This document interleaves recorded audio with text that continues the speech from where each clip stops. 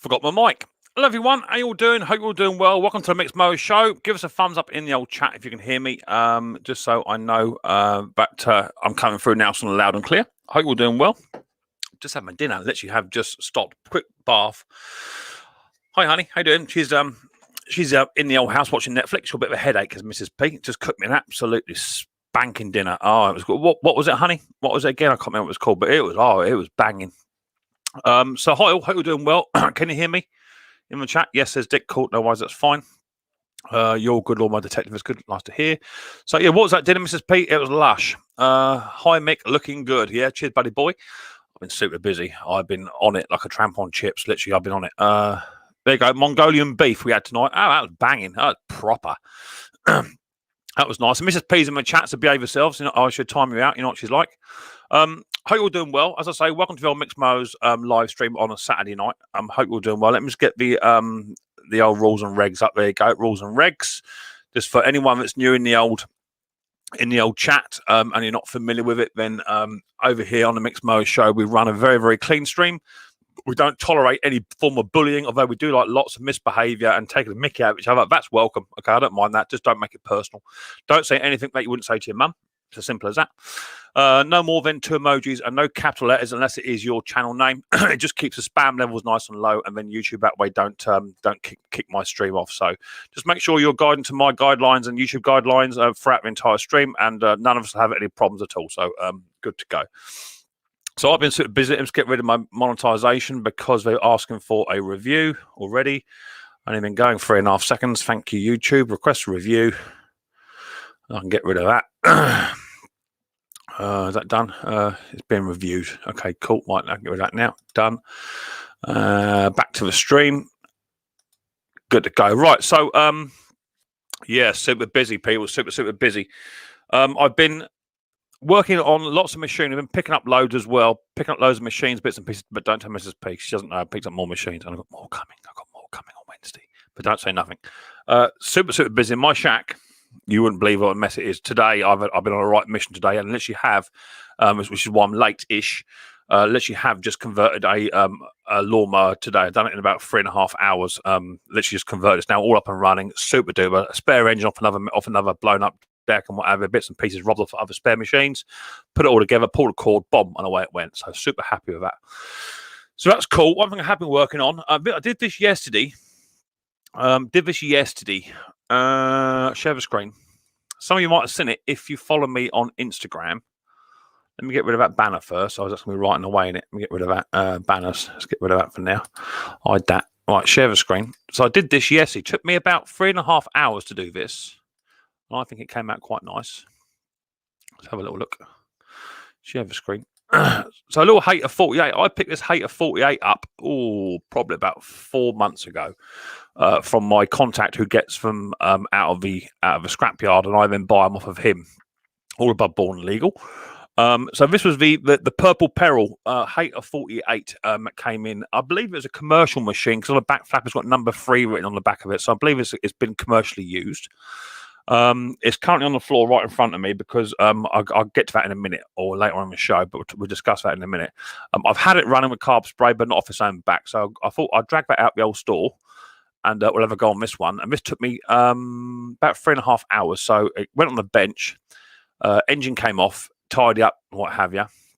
I then hit it with some Strip It paint stripper remover. And to be fair, this paint came off so easy. Literally within half an hour, the deck was completely back to aluminium, all bar a couple of spots. Yeah, did that. Paint stripped it. So there's the deck paint stripped off. Bit of filler used in places just to take the notches out where it didn't look too clever. So all stripped down, then taken outside, and I used a new primer this time. This is just a standard Halfords black under primer. I decided to use black because I only had 1 tin of Hater Green left. And if I used the white or the grey primer, then it would have required about 4 or 5 coats to cover it. So I thought if I use a black, it probably won't need quite so many coats on it. So that's it with the undercoat primer on. I then hit it with a dust coat. It's quite a heavy dust coat, to be fair. Let that dry for about no more than 20 minutes. The sun was absolutely out. It was beaming. It was red hot. That paint was drying as soon as it hit the deck. So that looks nice now, just for a quick dust coat. That's had the second coat on it. There's a few little spots just here where I've been going outside, just here and here. There's a few little spots, but I'm not over concerned. It's a lawnmower, So that's the second coat. Look at all those lovely little mowers in the background. Oh, another one over here. Look, loads of mowers. And then final coat was that one there with a hater sign, not the right hater sign, but a hater sign thrown on top. And that's that. So it's gone from looking something like that, which even if it was running, I wouldn't give you anything for it, just the appearance of it. And now, just after 2.5, 3 hours work, it came up looking like that. So super happy with that. The engine's now all on and what have you. Just got to now start to bring the engine back together. And the prime and the carburetor. So I've been having problems with the carburetor, but I think I might have sussed it. It did throw me for a little while, but we'll come to it later on. We'll discuss it. So that's that. And I've been a little hater 41 I had on the bench today as well, and yesterday, which I picked up off a fella that does the same thing as me in my area. A little hater 41 auto drive. It wasn't running, got it running, and it got it running absolutely sweet as a nut. And I mean, it ticks over like a little steam engine. Absolutely A1. But the drive never works. So I picked up a new drive belt, which is over there. Picked up a new drive belt. I thought I'd just put a new drive belt on because there's no belt on there. And I went to put it on and there's no pulley on it. So someone's actually taken the drive belt off and the pulley off. I went on to the local selling sites today and local businesses to find out how much of a pulley assembly, the bracket, the pulley, the spring, and what have you. And it comes to about £47 plus 20% VAT on top. So looking at about sort of 55 quid, 60 quid, give or take. To put the drive onto it, and 60 quid out of a little hater 41, the profit margin just goes down. Also, I converted it to a push, so no big drama. So the profit margin goes back up, and now I've got a nice hater 41 push mower on the old marketplace and whatever up for sale for good money, and it fully serviced and it's A1. So that's that. I've been working on another hater today, but that's a bit of a secret one because I came across a little tiny hack today, and I'm well chuffed with it. Also, big news. Notice I'm not sinking. Notice that? Normally I'm going down here, aren't I? Fix my chair. And fixed it with a piece of water waste pipe, cut it to size, stuck it under my chair. So now it don't go down at all. You can't, it don't matter if you pull that lever, it don't go down. It still rocks, but it don't sink no more. So super happy with that. For a cost of a new chair, 90 quid, I'm not buying a new chair. So this is comfy enough for me. And now it don't go down. So super happy with that. And lots of spares coming in bits and pieces. I've been buying it off of Amazon and eBay just for future projects and bits and pieces. But my shed, man, oh man, I've got to have a tidy up at some point tomorrow or the next day. Thank Christ it's a bank holiday because I'm telling you, I got stuff absolutely everywhere. Unless I put something down, a spanner or socket, I couldn't find it. So got to have a sort out tomorrow because I've got stuff everywhere and it's doing me head in. And I've got to put hater 48 back on top of the bench at some point tomorrow, try and get that up and running. So that's cool. So that's me. What sort of week I've been having. Riley Boy's good as gold. He's been at school. He's all right. So Mrs. P's indoors with a headache. But she's okay. She's got work tomorrow. Glad the 40mm waste work. Is it 40mm? Yeah, it worked lovely. Yeah, brilliant job. Does the job just right. So let's have a look at what my chat. Now, my chat has been frozen off since about 6:10 when you first started yakking. So it will jump and I will miss some of you. So let me just shrink that chat down a touch. So we've got first in the house. First in the house was Neil, Fix It and Scrap It. Neil, that video today, I believe, had a shout out for you and your missus and your cat. Thanks for the little gift for Riley Boy. Much appreciated for Easter. My videos are a bit backlogged for people. I've got about 8 or 9 videos in backlog. So if you have given me stickers and whatever, they will come. Just might have to wait a little while. Then Sparky's in the house. Right, Sparky, how you doing, mate? Thanks for popping in. Jason Shoes in the house. How you doing, Jason? Nice to see you. Dick's Small Engines in the house too. That's just jumped wickedly. Absolutely wickedly. I don't know if I'm going to get it or no, I'm not. Ken Small Engines in the house. How you doing, Ken? Andrew Throne, Hobby Motor. Jeff Sadler in the house too. How you doing? Nice to see you guys. Hope you're doing well. Mac 210, Lawnmower Detective. Tim Grass Cutter Palmer. How you doing, mate? Nice to see you. Thanks for popping on in. Hobby Motor done you already. Hit the thumbs up for Mick. Yeah, do that. Yeah, hit the old thumbs up. Much appreciated. I got 65 in the house. Rick's Motors all the way over in Ireland. How you doing, mate? Nice to see you. Hope you're doing well. Mowers and Blows in the house too. How you doing? Nice to see you. Thanks for popping on in. Matt 10 Tinkling Taylor said hello to absolutely everybody. How you doing, Nev? Glad you liked your blue roll I sent you the other day. Ken Small Engines. You're chatting. Everyday Sadler, how you doing? Nice to see you. Thanks for popping in. Hope you're doing well. Tinkling Taylor Bill. How you doing, Bill? Nice to see you, mate. Drum roll, please. Yeah, exactly that. British gentleman, Matt. How you doing, Matt? Nice to see you. Thanks for popping in. Hope you're doing well. Jason Summers. Hi, Mick. And hello to everyone in the chat. This is what Saturday is all about. Giving us a great show, Mick, and not talking about the old C word. Yeah, exactly that. Because some places is bad, right? Nice to see you. Dick Small Engines. First on the panel, place your bets now. That's Dick Small Engines. Benedict, I'm late, apparently. You were late 2 weeks in a bounce, bruv, so you can't have a pop at me. Nice to see you, Benedict. Hope you're doing well, buddy boy. I was up your way the other night, actually, at work. Must have gone past your house pretty much. Simon Scott in the house. How you doing, Simon? Nice to see you, buddy boy. Thanks for popping on in. Jason Hughes, Dazza 84 in the house. How you doing? Looking cool. Yeah, cheers, buddy boy. It was nice and sunny here a minute ago. Kynes in the house. How you doing, Kyne? You're in Ireland too. Mowers and Blowers. Ken won a couple of things. A Steel FS50 for a $10 bill, I expect. Mongolian Beef says Mrs. Pete. Thank you, Mrs. Pete. Dinner was lovely. Jack 1978 Gold. How you doing, mate? Nice to see you. Thanks for popping in. Hope you're doing well. Gary Ross is also in the house. How you doing, Gary Ross? Nice to see you. Let's put that back up there. Get rid of that. That's better. Edward Bloke in the house. How you doing, Edward, mate? Nice to see you. Thanks for popping on in. How you doing?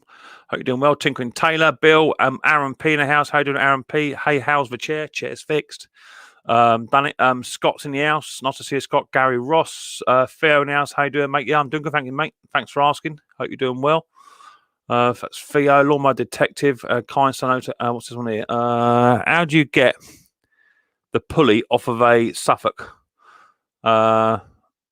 manganese flywheel?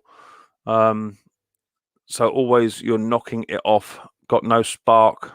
Need to get to the points. Yeah, difficult, mate. I've had a couple there with those flywheels in. You might have to drill and tap and put a puller on them. They're absolute swines. Heat them up as well. Get some heat on them. Heat them up a touch and try and pull them off. But don't pull them off with the free jaw puller. You want a flat plate and drill 2 holes in the cast on the flywheel. If there's not 2 holes already there, and then pull them out that way. That's the best way. But use heat. Country Cottage Gardener. Hey there, mate. I was watching you do some jet washing the other day. Nice to see you. Thanks for popping on in. Mark Whiteley in the house. Hi, Mick. Hi, Mrs. P and Riley Boy. Nice to see you all. Thanks for coming in. That just jumped a bit more. Theo's in the house. How you doing, Theo? Andrew Benedict White. You're chatting. Lawnmower Detective. I've got 77, 72 in the house. Hi, Mick. I've got a Mountfield mower, but I don't know the model number. It's been painted over. How do I find out the blade size? As there's not always the actual. It's not always the actual size. So your deck will measure. Get a tape measure. Put it underneath the deck, end to end. You know, it's say 18 inch or 21 inch or 16, whatever it is you got. Just measure your deck, and then whatever your deck is in inches, that'll be what your blade is. All right, pretty much the same. That's nice to see Bandit White. Donuts, Hobby Motor, Ken Small Engines, Mrs. P saying hi to Andrew Frone.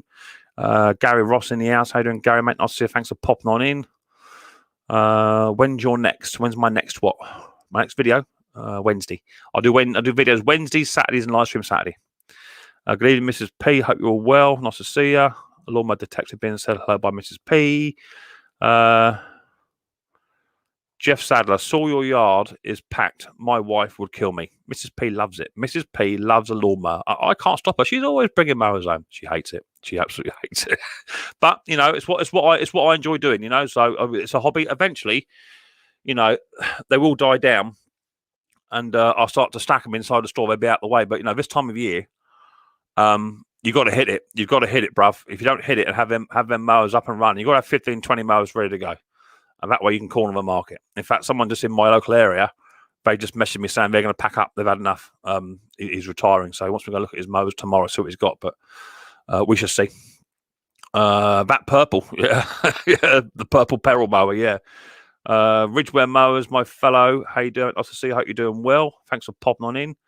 I'll be on and off, says Mowers and Blowers. Thank you, everyone. See you soon. DNR Small Engines. How you doing, Dave? Nice to see you, mate. Thanks for popping on in. Hope you're doing well.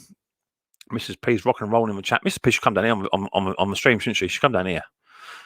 She's gorgeous. Mac 10, Jeff Sadler, nice. Yeah, it is a nice, isn't it? Yeah. Hi, Dick, my friend. Andrew Frone. Lawnmower Detective. It looks proper. It doesn't it, mate? Yeah, it looks proper, eh? and not for a lot of return. You know, the paint cost like £8 a tin. Actually, the paint was cheap, but the packaging, the postage was a shocker. It's about £8 a tin, but it costs you about £15 for postage. But it's really good paint and it's petrol resistant as well. Looks like money, Mick. Yeah, exactly that, Ken. Yeah, it's all about the money. No ads. No, now add the flames. Yeah, exactly that, Bill. Add the flames. Hi, Ken. Needle and seat tool has just arrived. Yeah, I think Conker sent. I've got a parcel from Conker. It's up on top of the kitchen cupboard because obviously I want to get Riley Boy to do a video. English Garden, a gentleman, Matt. Sorry. Finally fixed the engine on my Wolf Garden mower. Engine with a Briggs and Stratton 3.5 max engine. It's old, but still works. Do you know what? A lot of the older engines are so much better than the newer junk anyway. Ask Ashley for some good accents. Yeah, definitely. Scott Keller in the house. How you doing, Mr. Briggs? Nice to see you. Hope you're doing well. Who wants to see an Audi TT convertible? If you've got a convertible car, you're obviously compensating for something else. Nice to see you, though. Hope you're doing well. Andrew Throne in the house. How you doing, buddy boy? Nice to see you. 80 in the house. Give us some thumbs up, please, people. Notice the t-shirt, though, Mick. Yeah, it's a I've been conquered again t-shirt. Yeah. That's good. Ethion's in the house. How you doing, mate? Nice to see you. Thanks for popping in. Hope you're doing well, my buddy boy, my little Welshie. Hope you're doing okay. Aaron P. Glad the 40mm waste pipe worked, Mick. Yeah, it did. Yeah, done the job. Tell you, it's proper. Only thing I go to slump in it and I've got no suspension, but there you go. That's what it is. James says, Buongiorno, Mick. Nice to see you, mate. Hope you're doing well. Nice to see you. Jard, the mechanic. How you doing, Jard? Hi, Mick. I'll come back towards the end if I wake up 4:05. Righto, bruv. No worries. He hasn't slept yet. Okay, bruv. No worries. I'll see you a bit later on. I'm getting there. My chat's has jumped again. Where are we going here? 40 only in 19 thumbs up. Come on, guys and girls. Yeah, give Mick a thumbs up, please. Obby Motor. Stephen's in the house too. Hey, you, Stephen, mate. Nice to see you. Pete Froud in the house too. Mrs. P, she loves a mower, says Pete. James Colton in the house too. How you doing, James? Hope you're doing well. Nice to see you, my friend. What's this here? Maxwell's Grass Cutting Services. How you doing, mate? Nice to see you. Hope you're doing okay. Nice to see you. Yeah, I was working on one of them suitcase generators, James. You know the little tiny fiddly ones? I don't like them. I don't know. It's in the size of my hands. Yeah, I don't like them at all. It was like an open heart surgery using forceps to get in there. And I think you see in the next video, I've done the part 2 of it. I went to put it all back together, had it all pretty much there, and I forgot to put the fuel pump pipe back on, so I had to strip it all down again. I was not happy, money. That's one for the outtakes. Rich Motors, James Colden's in the house. Bill's in the house. Nice to see you. Dazza 87's in the house. 84 in the house. Nice to see you, mate. Hope you're doing well. I think we're there. Stephen, All Tech. Nice to see you. Thumbs up for Mick, please. Jeff Maple. Hello, people. You just come in. Well, I think that's it. Let's check the old thumbs up and thumbs down then see what the damage is. I've got 80 odd in the house.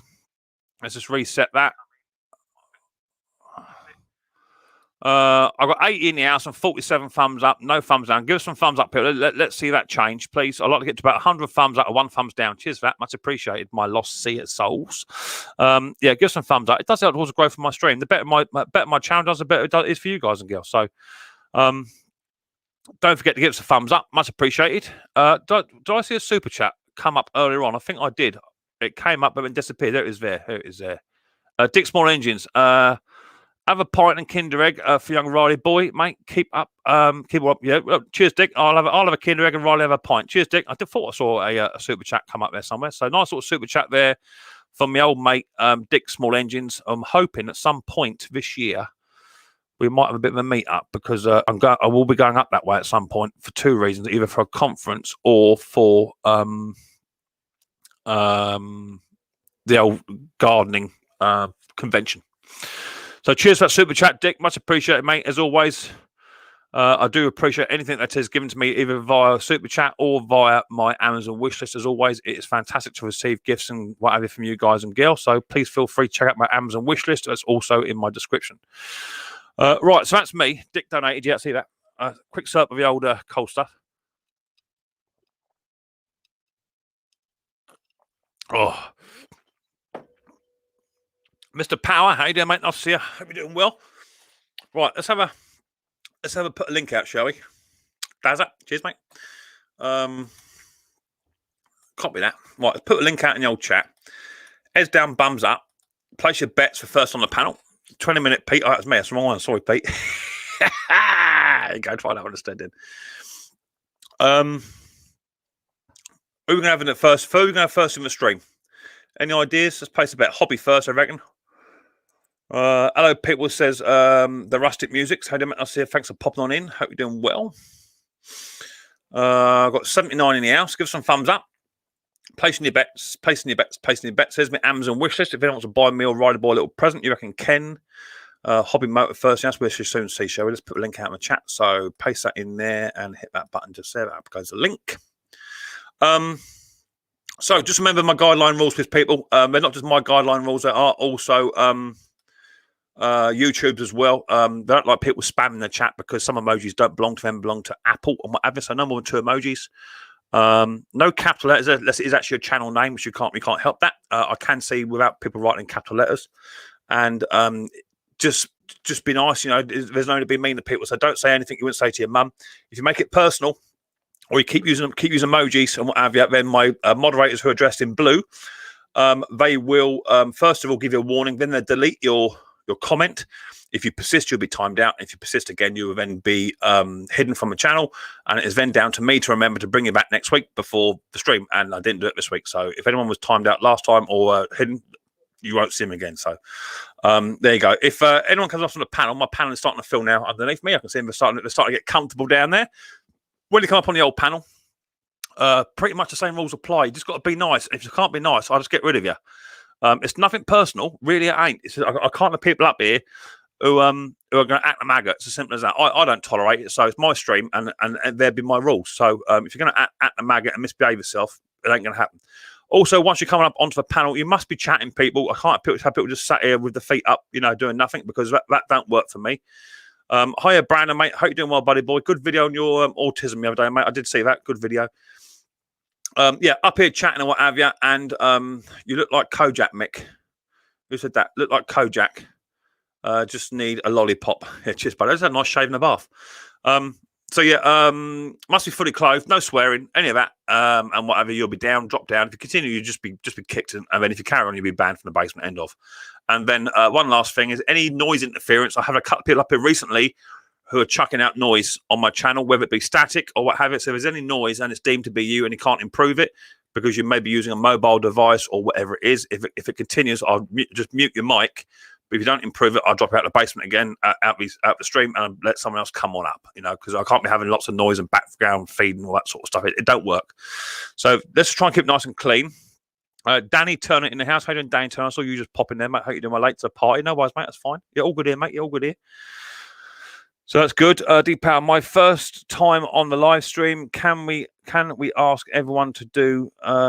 Can we ask anything? Yeah, of course you can. Yeah, ask any questions we can. When the panel comes up, we'll have a little go at it. Try and answer any questions you might have. We're not experts. We're just a gang of people from all over the world who try and repair small engines. That's what we try and do. I have to go now, Mick. I've got dinner to eat. I need to work on some of my guitars. Right on, British man. No problem. I'll see you. Thanks for popping in. Hope you're doing well. That's cool. Right. So my panel is now filling up. Yeah. So first in the house was my regular. My regular from the bar, Mr. Hobby Motor. There he is. All right, bruv. How you doing? I'm good. How are you, Mick?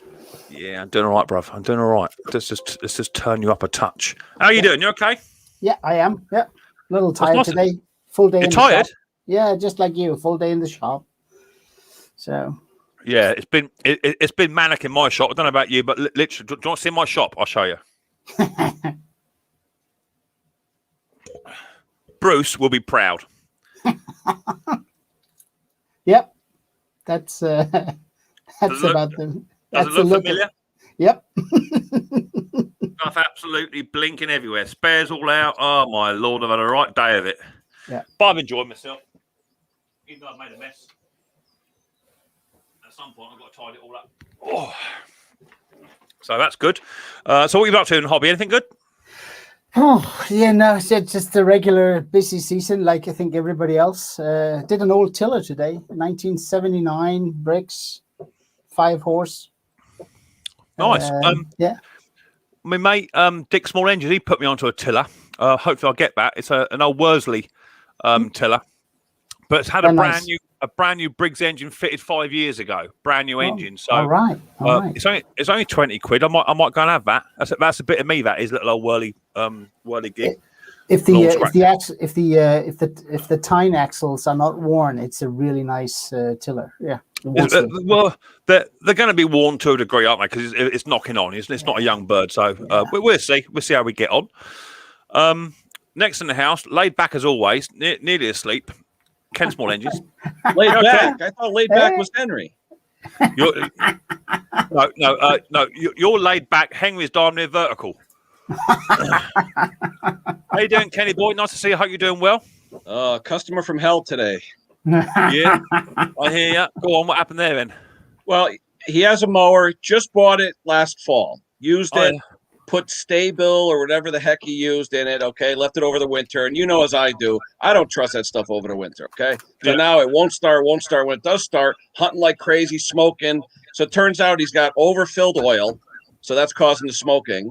Then the exhaust smells like peppermint, so he's got too much stabilizer in there, whatever brand he used. Okay, so I call the guy up and I go, "Dude, what are you doing?" And the guy goes, "It's brand new." I said, "How old's the fuel?" "Well, I use stabilizer." "Okay, so I have 10-year-old fuel. I use stabilizer. So what? Come on." Yeah, sounds about right. Yeah, I've had that before. I've had that. I thought it was 2-stroke oil at first, and the bloke must have been putting in 1 cap of petrol to 5 liters of stabilizer. You know what I mean? Yeah, it's like a Shirley Temple. I've had that before. Yeah.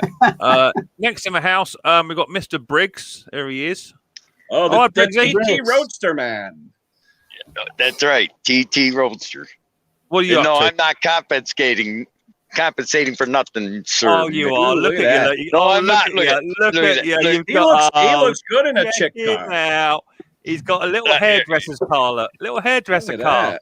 Oh, look at this. Hey, where's your scarf? You got to have a scarf, a pink scarf. Bro, there you I'm go. telling you. Anybody that buys a car like that, they're compensating for something else. It's I ain't compensating for nothing, you old fart. Yeah, that's another banana. Yeah, look at that, man. Can we say TT Roadster? Yeah. Is that powered with a Tecumseh engine? Nope, it's powered with a German 5.5 valve. Did they do the timing chain, Scott? The timing belt, yep. They're talking about, yeah. It's, I'm sorry. As much as it's they nice, detailed right? the motor. Yeah, I get that, right? As much as it's nice, it just don't do nothing for me. It's as simple as that. It does nothing. Did they for even me. say on the valve cover the value zeros? Yeah, it does nothing for me. It does nothing for. I'm not into that. As long as you turn the key and it goes, I'm happy, right? And there's someone in the chat here, someone in the basement here who knows all about that. There he is. Let's bring this gentleman up. Now he knows all about that, right? He's got Bruce. How old is Frank? 23. 23 years old. There you go. That's exactly it. Would you like to have a little car like that, Bruce? A little tiny convertible car like that, and look cool and what have you? Oh, that one wouldn't be bad because it's a convertible and I could get into it. But if it had a hard top, I'd have to lay down and bend my neck. I think the only advantage to having that as a convertible is you could probably chuck as many mowers on top of it as you like. You can fit it right up, couldn't you? No, that is a lovely car. That is. Oh my lord, not you as well. Well, I'm moving on to somebody else. Who's that down there? It's Henry. Oh, are you sorted out your Wi-Fi, Henry? Are you sorted out now? Check you out. That's nice. See, no chair here. What are you sat on then? I'm sitting on a stool. Yeah, not a chair. It's a chair. A lot of padding on that stool. It's a stool. Well, I've got who else we got? Let's bring a few more up. I've got Tim Palmer in the house. How you doing, Tim? Nice to see you, baby. Hey, Tim. I'm good, mate. How is everyone? I've also got GNR Small Engines 2 in the house. Hi, Dave. How you doing, buddy? Yeah. Busy. Nice to see you. Right, before we get yakking, got a question here from Danny Turner. There's your first question of the day. Have a go at that one, gents. I'll try and find. There was another one somewhere I did see. Another question. But where'd you get it from then? Hang on, trying to think. I don't know. If anyone's had any questions, give us a shout because I know someone asked about a question earlier on. What we got then? Where's the question? There. Bought a chainsaw the other day. 3 days. Please turn up. Had it for 3 days. The rest of Please me say it's for- stolen goods, but where did you get it, though, Danny? Where did it come from? Yeah, exactly that. So if you, you know, the game that we're all in, I think there's quite a high percentage chance that, you know, someone said, I've got a lawnmower or got a chainsaw for sale, non-runner, do you want it for say X amount? Yeah, it happens, you know, as long as you can prove you bought it on a selling site and what have you, and there is a trace of the previous owner, whether it be a Facebook profile or an eBay account or something along that line. All you got to do is say, I got it from this person. That's all we can say. Car boot sales, car boots is the worst, or flea markets is the worst, because you buy something from there. Yeah, there's a good chance it could be yucky. Hey, Mick, how many times we work on something, we leave it by the curb, we go to have a soft drink or a coffee, we come out, it's missing. Someone thinks you threw it away. It's like, whoa, I've had that. I've come out and seen people trying to load a tractor in their truck when it was at the end of my driveway. And I'm like, what are you doing? Oh, I thought it was free. It does happen. I've sometimes you can be a bit suspect, you know. If someone's selling, like I was talking to the other day. Someone, I think it was Andy in Eastbourne, down that way. He does the same as me, the other side of the county.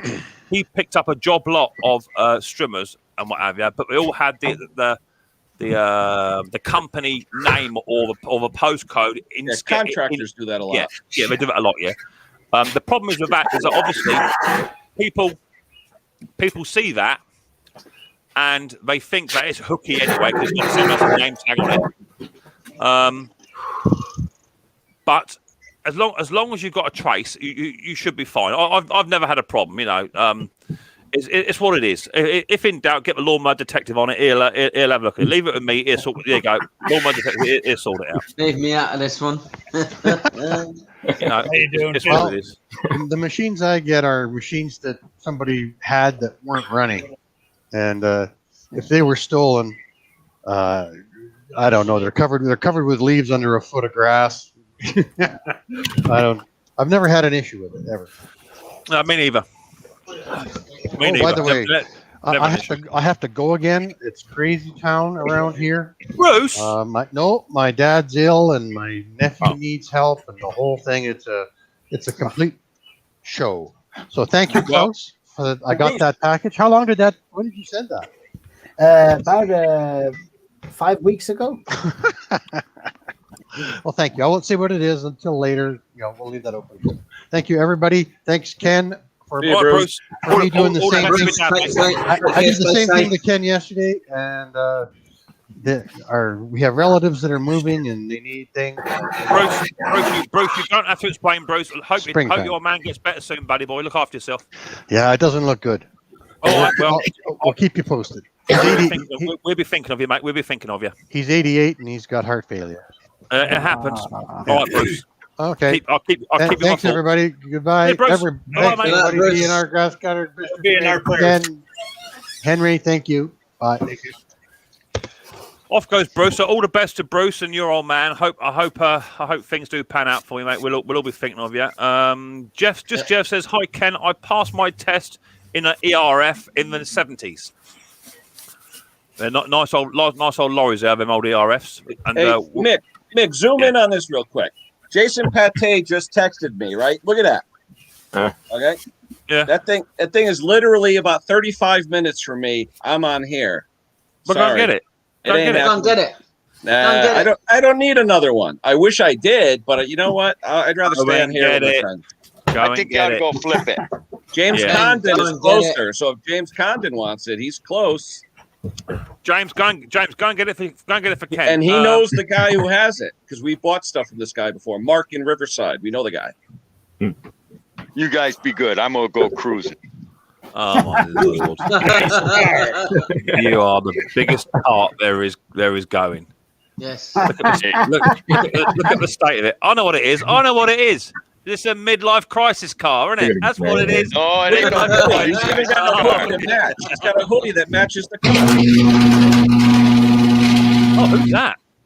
At the garage door? They are small engines. That's Dave's garage. Yeah. Dave's.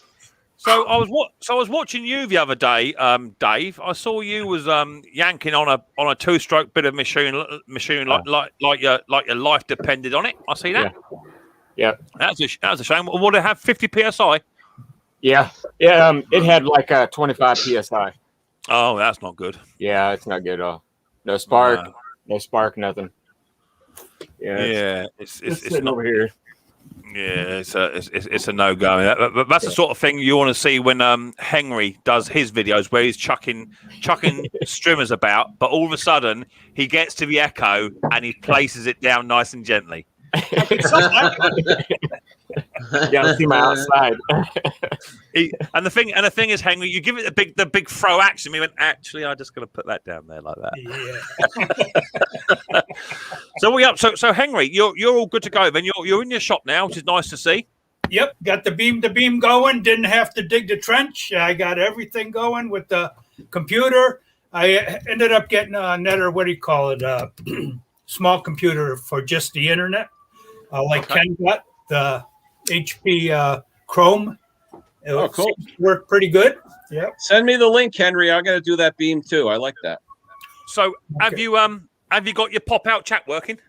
No, I didn't. I didn't want to get involved in it because I'm in here working now. I just wanted to pop in and say hi and listen to a few, and then I'm going to continue on working because you're at a time stream where if I stop, it's going to get dark later. You know, I mean. Okay, so let's get this right. For the past 9.5 months, you've been sat in your chair doing nothing, right? And now all of a sudden you've got internet in your shed, and now you're going to be working. He's got 9 months of backup work. Yeah,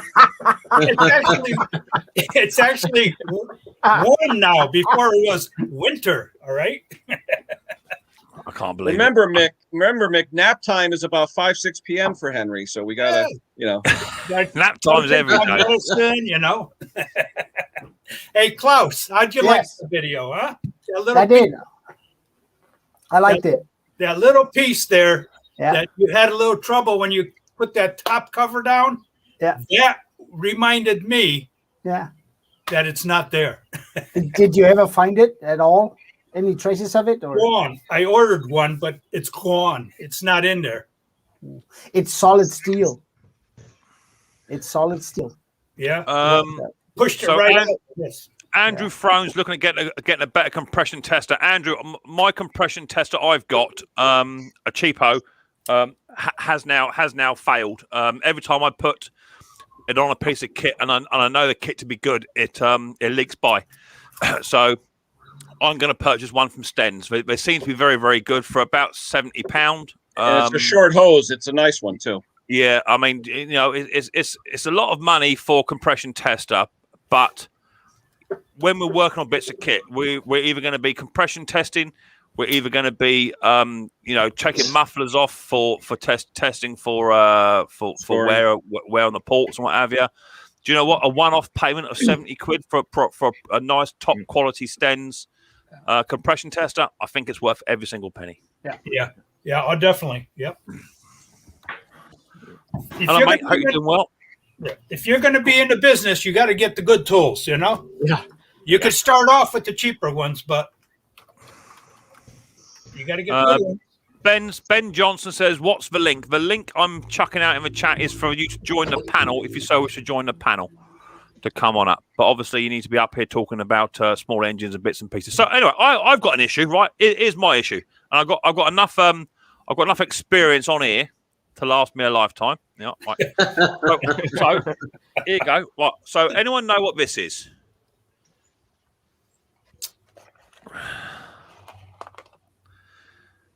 Yep. That is a. I think it's a carburetor. Don't get smart, Henry. Henry, don't get bloody smart. What do you mean? Is it like a Zenith or what is it? It's a Tecumseh carb, isn't it? Yeah, that's no, it's a brakes. It's a brakes. With manual choke. Yeah, man. Not have that. You did that on purpose, didn't you? You did that on bloody purpose. No, don't you stick your finger up at me. Right here. I can see it's. Yeah. There you go. So Klaus hit it on the head. Manual choked carburetor. So what would you say if I put this on it?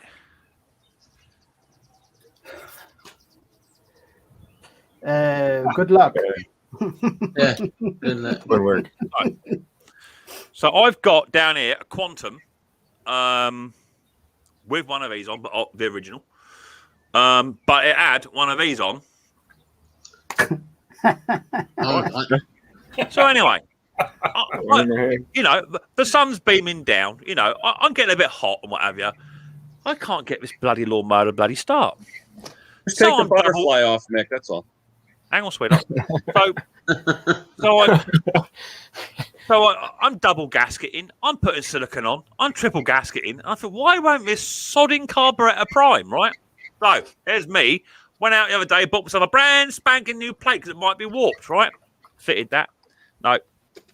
So then I thought I'll put another carburetor on it. Took the carburetor off it. And I thought, hang on, buttercup. This has got a manual choke on it. So, not quite sure why. So with a manual choke, does it have the vent hole on it so it doesn't build up pressure in the bowl to shoot up through the jet? Say it again. With a manual choke, does it have the vent hole in the carburetor so you'll never build up pressure by using the bowl? No. This comes with it. This comes with it. Here, look. Which I've not seen this before. Let me show you. It doesn't have that air passage when it's exactly. So yeah, if it doesn't have the little hole on the left side, then it won't ever build up pressure. See that there? Yeah. That goes in there. Yeah, it's a plug for non-manual. Yeah. It goes in the front. Yeah, goes in front. It goes in the front. It goes in the front Yeah, to block off the rubber thing. That's how it was. Sorry, beg your pardon. Yeah. So that was that, right? So I've been battling with this lawnmower for about 3 hours yesterday. Carburetor cleaned it, beat it up, threw it across the garden, tennis racked it. I did everything to it. I did everything to it. But Mick, did you check to see if it has the same access hole on the left so it allows air into it, like Klaus was saying? Yeah. All checked. So now what I've done is I've got an old decump. You put yourself in the basement. You said it. Okay. Hey, if it's good for the goose, it's good for the gander. There you go. You come back. There we go. Mick, I gotta ask a question. That airbox, backplate, is that an OEM or is it aftermarket? Aftermarket. Some of the aftermarket ones I've bought, the air passage from the primer bulb, inside, you have to open that up because it's closed. Because that thing there can go on. But it's irrelevant, Cupcake, because I've got a manual choke carburetor, so that's irrelevant. I don't need that. You have to have the passage that goes to the access hole, or else it won't get air in there. It'll be cheaper and easier to put a carburetor on aftermarket that fits that airbox. No, so what I've done was I've got an old Quantum out there with a non-priming plate, stuck that on it, put it onto choke, and it started to weep fuel straight away. Epoxy thing. So somebody has put a priming backplate on a manual choking carburetor. That's what they've done. Yeah. And that's the reason why it ended up where it was, and I got my hands on it.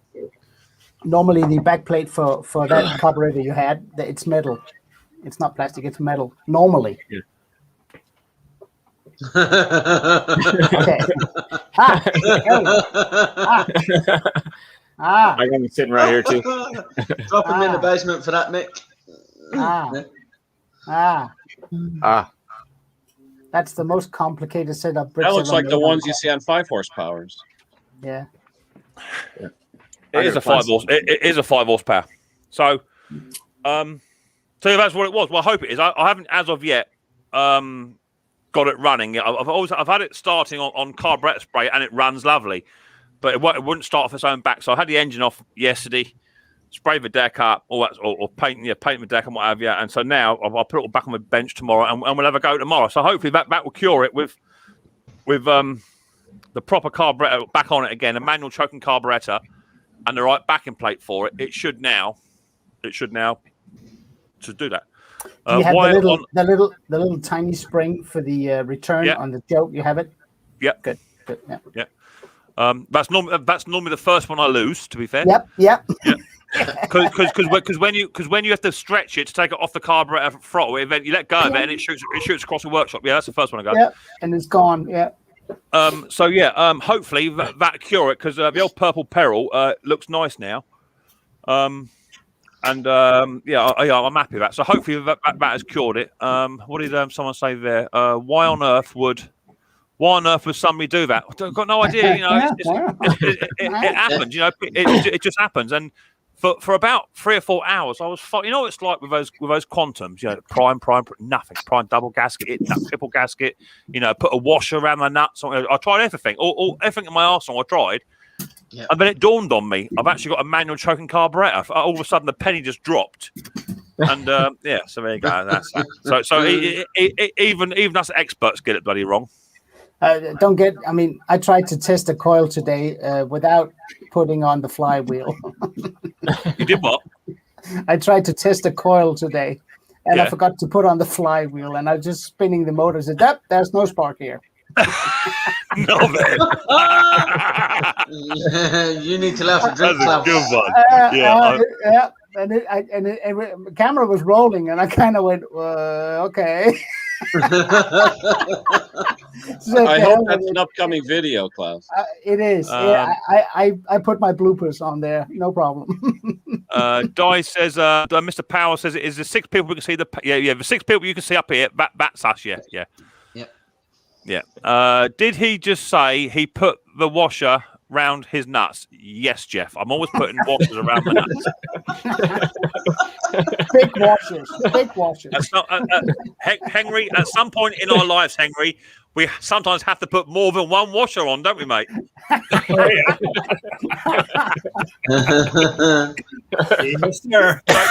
So, to be fair, why don't we have a little discussion about that? You know, because let's get it right. We're not professionals, although some of you guys are really, really, really good, right? Really good. What is the most stupidest thing you've ever done? So, Klaus. No. Don't start with me. Come on. No, I mean, to be fair, Klaus, spinning a crankshaft with no flywheel. That's not the worst. That's not the worst. So let's have it. Let's have it, Klaus. What's the most stupid thing you ever done? Tested a lawnmower tractor in my yard, and I have an incline. And without thinking, I went up the incline. I fell off the tractor.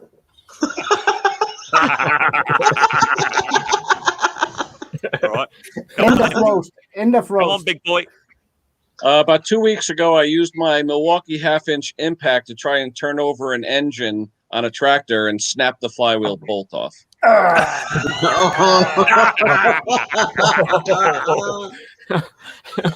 Good one.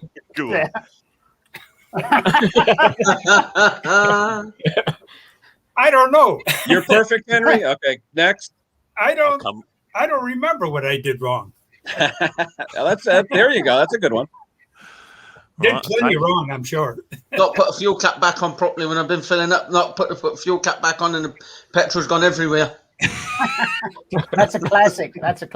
How about the dipstick not all the way in? Yep. No. Takes a lot of brake clean to get that off. Tried to change some oil, and I forgot to put the bucket underneath the spout of the lawnmower when I turned it over. Oil went everywhere. That's a mess. So one of my most stupidest things I've ever done is I used to work on a farm, as you know. I used to cut grass on a farm with an old John Deere tractor with a big 12-foot swipe mower on the back. And I went and collected went down to collect the mower, and got talking to someone whilst I was down in the barn. Anyway, after about 15 minutes and a cup of tea and what have you, jumped in the tractor, shot up to a field that needed cutting, pulled the lever down, dropped the mower, kicked the PTO in, and started driving. It wasn't until I got halfway across the field I realised I had no mower on the back. I do that sometimes with the rear grass bags when I'm riding my rider. I don't realize the bag's not on. I cut half the grass, and I realize the clippings are all over the lawn. I didn't have the bag on. Hey, I got a good one. You know the Briggs engines that have the fill caps on both sides? Yeah. I had a customer of mine. He took both caps off. He's on one side filling it, looking to see when the oil comes up. And after a gallon's worth, he realized something was wrong.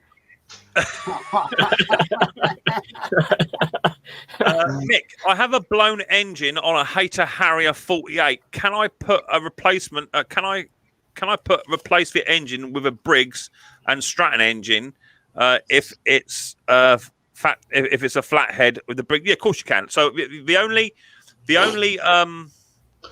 thing you have to watch out for, pretty much most engines are universal. You can pretty much bolt any engine on any deck, okay? But you have to take into consideration one of two things. The length of your crankshaft, how far your crankshaft comes down with your blade boss on, because you want to have that blade around about 5mm to 8mm inside the deck space. You do not want to be having the blade protruding outside of the deck. The deck is there to protect not just the blade. If it hits anything, it will stay inside the deck. And also, if anybody like just pokes their fingers inside the deck within 5mm, you tend to keep your fingers. I can. So yeah, you can interchange them, definitely.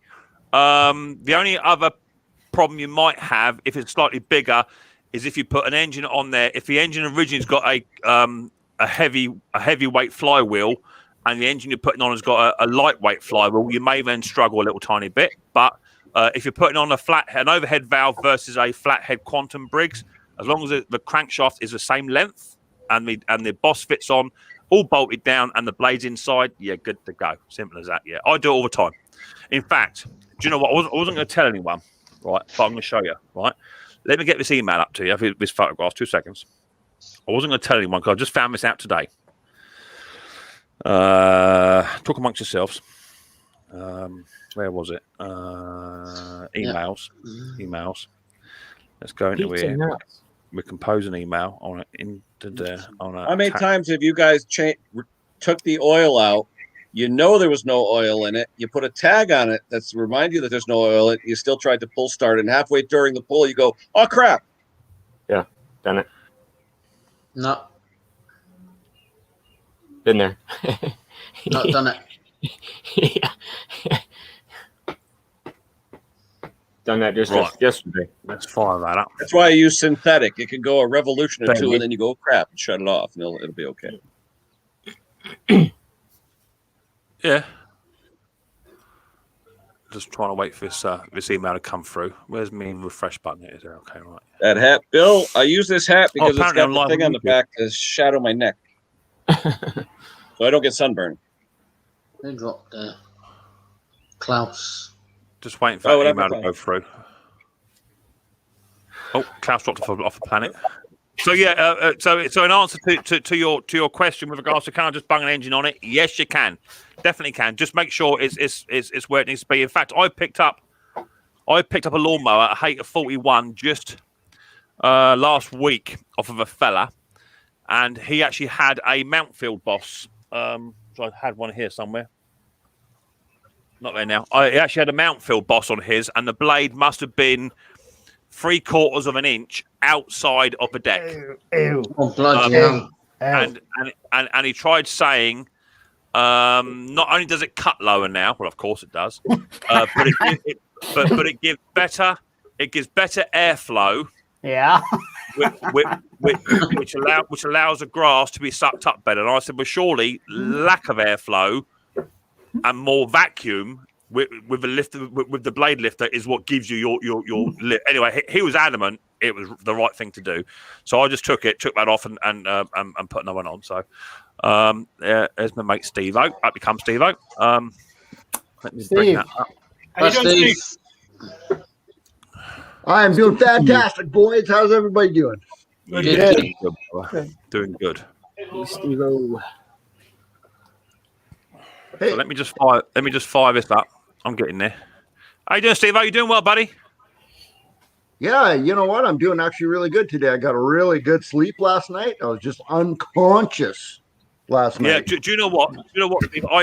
I've just come off a nights, and pretty much the same thing, bud. I come off a night, so 3 hours sleep before I come in from work, got 3 hours sleep, back up, sorted Riley boy out, whatever, and stayed all day. But last night I went to bed at about 10:30, and I woke up at 9:30 this morning. I was absolutely, I was gone. Sounded like you needed it. Yeah, that's exactly what my wife said. She said you must have needed that. Like,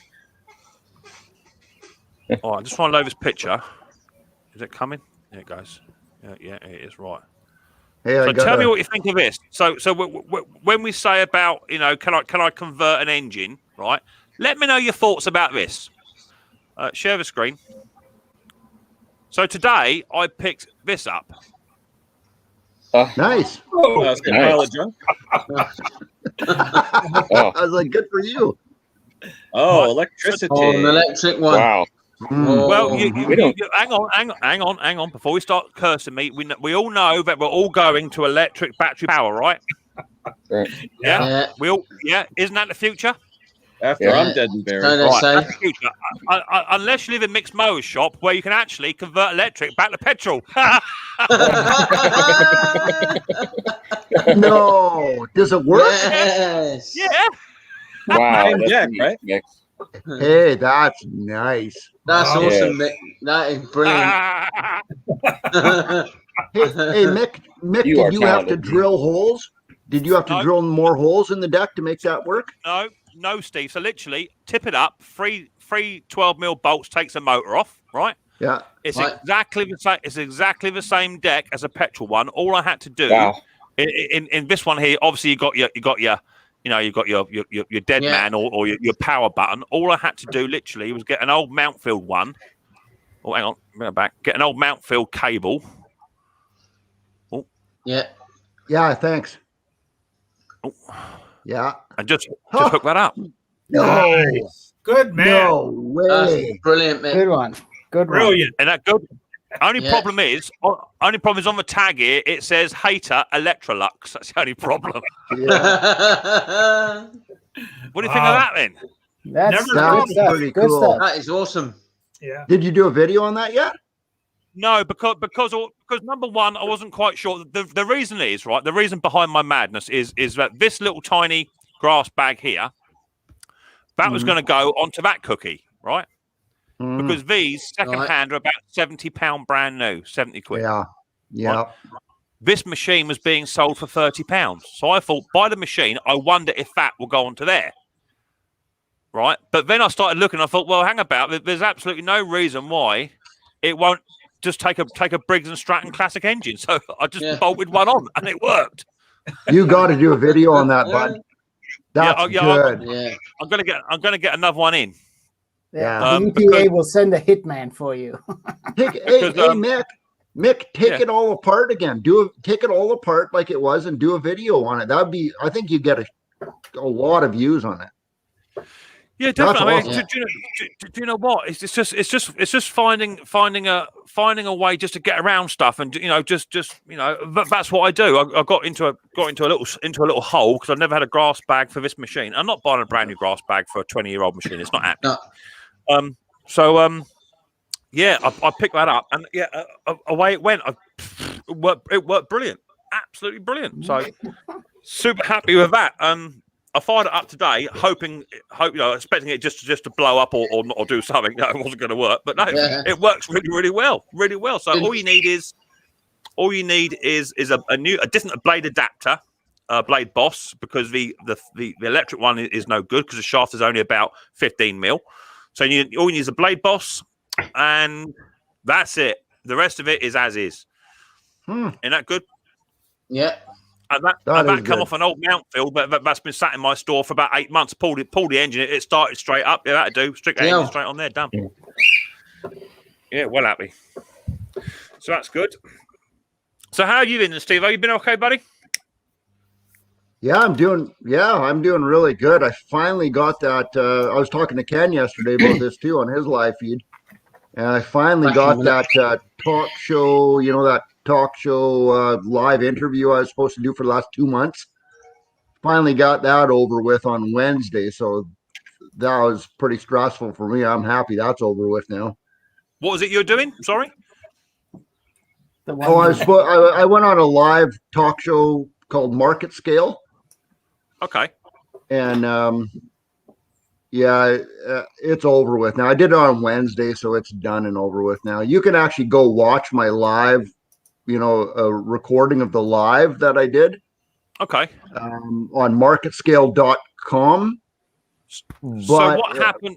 So what happened to this other one you're gonna do with this fellow who's got like 45 million subscribers? What happened to that one? Chris Fix. We're still emailing each other every few days. We're still trying to come up with a video that suits both of us. Yeah. It'll happen one day as soon as we can agree on a video.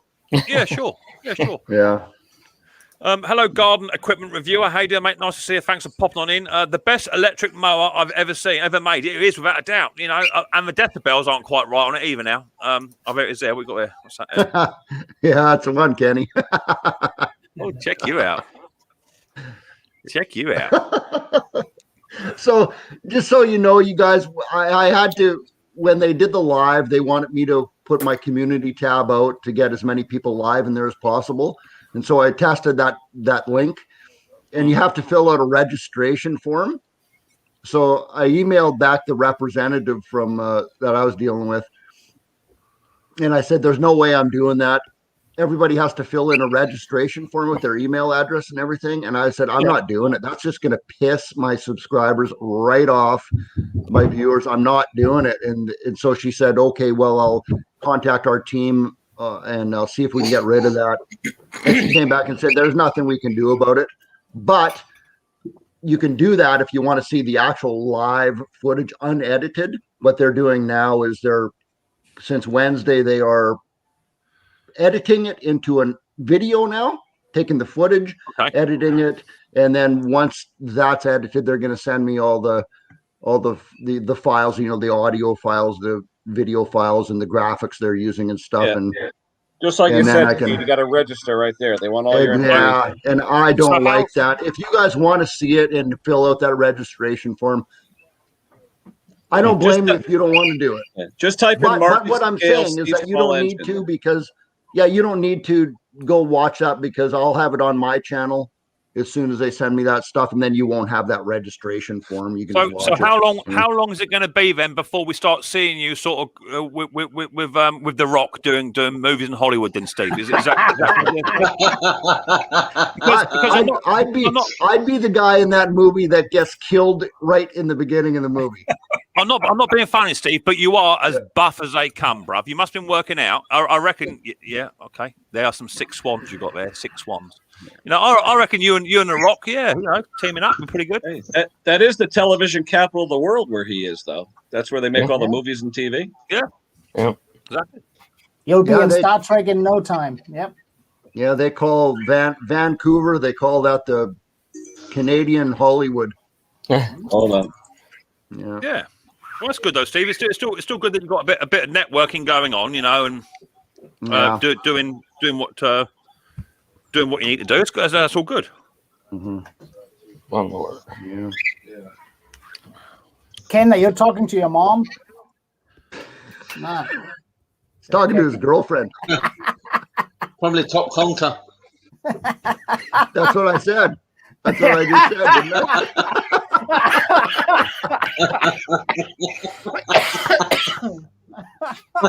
I? This requires more beer. Says Stephen the Rock. Stephen the Rock, mow him down. Exactly that. Yeah, I can just see it coming now. Yeah. Tony Curran, who's on last week, has said, Steve, if you become big, I'll become you'll be my bodyguard. Beautiful. Tone, that's Tony. That's Tone, the guy you work with, right? That's Tony. He was on last week.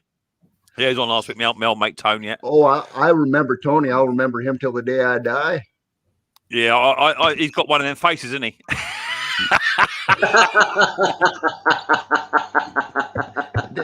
Hey, Tony looks like he should be in a movie with The Rock. I think Tony would beat the crap out of him.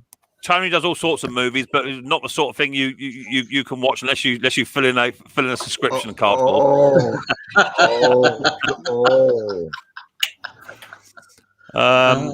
Dick Small Engine says, Steve, if you become bigger, I'll be your drinking partner. There you go. Well, I need one of those too. Not just yeah, you Mick, need one, not just Klaus. Hey, Klaus. Hey, buddy.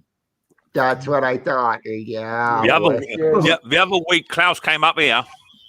He came up here the other week, and he was knocking them back like something was wrong. And oh yeah, and he got up to get out the office. A bit stumbly. He started slurring his words a little bit. That never happens. Never happens. It's his accent. It's his accent. It sounds like he slurs his words all the time. Anyway. It's the accent. Yeah. Yeah, the accident. yeah, that one. I think Kenny's on the phone with his agent, maybe. Could be. Must be Discovery Channel or someone. Yeah. Yeah, that's right. History Channel. History Channel, because he's so old. Steve, did you see my? I don't know if you see my videos, and that's fine. But did you see the new kit I got from Steel? The new kit? The new vacuum test kit? Yes, I watched. I muted it because I couldn't stand what the language. Yeah, fair enough. I'm just kidding. No. Yes, I did see that. Yes. It's really. I tried it out today. It is really nice. Cool. Really nice. Awesome. Yeah. But you didn't try. You didn't actually try it out on the video, though. No. No. I kind of want to try it a couple of times before I turn on the camera. Okay, cool. So you're going to do a video. Oh yeah. On using that. Yeah, it's the same thing. You know that video I put out with that right there. Yeah, I was drooling. Yeah. Yeah, it's pretty cool. It's pretty cool. But now I get a lot of comments on that video saying, "Hey, you need to do a video on using that thing." Yeah, I know what you say. I know what you mean, Kenny. I know. It depends where you live. Where, US it was 127. I mean, that's I mean, I'd rather make my own little rubber pieces and things like that. No offense against it, you know. Yeah. It's so nice. I love the little dice. I love the holder. I love that. That's pretty cool. Yeah. Mark Whiteley wants to know how long you were in makeup for, Steve. They didn't make me. To be perfectly fair, Steve, are you wearing foundation now? No, just eyeliner. Looks like it.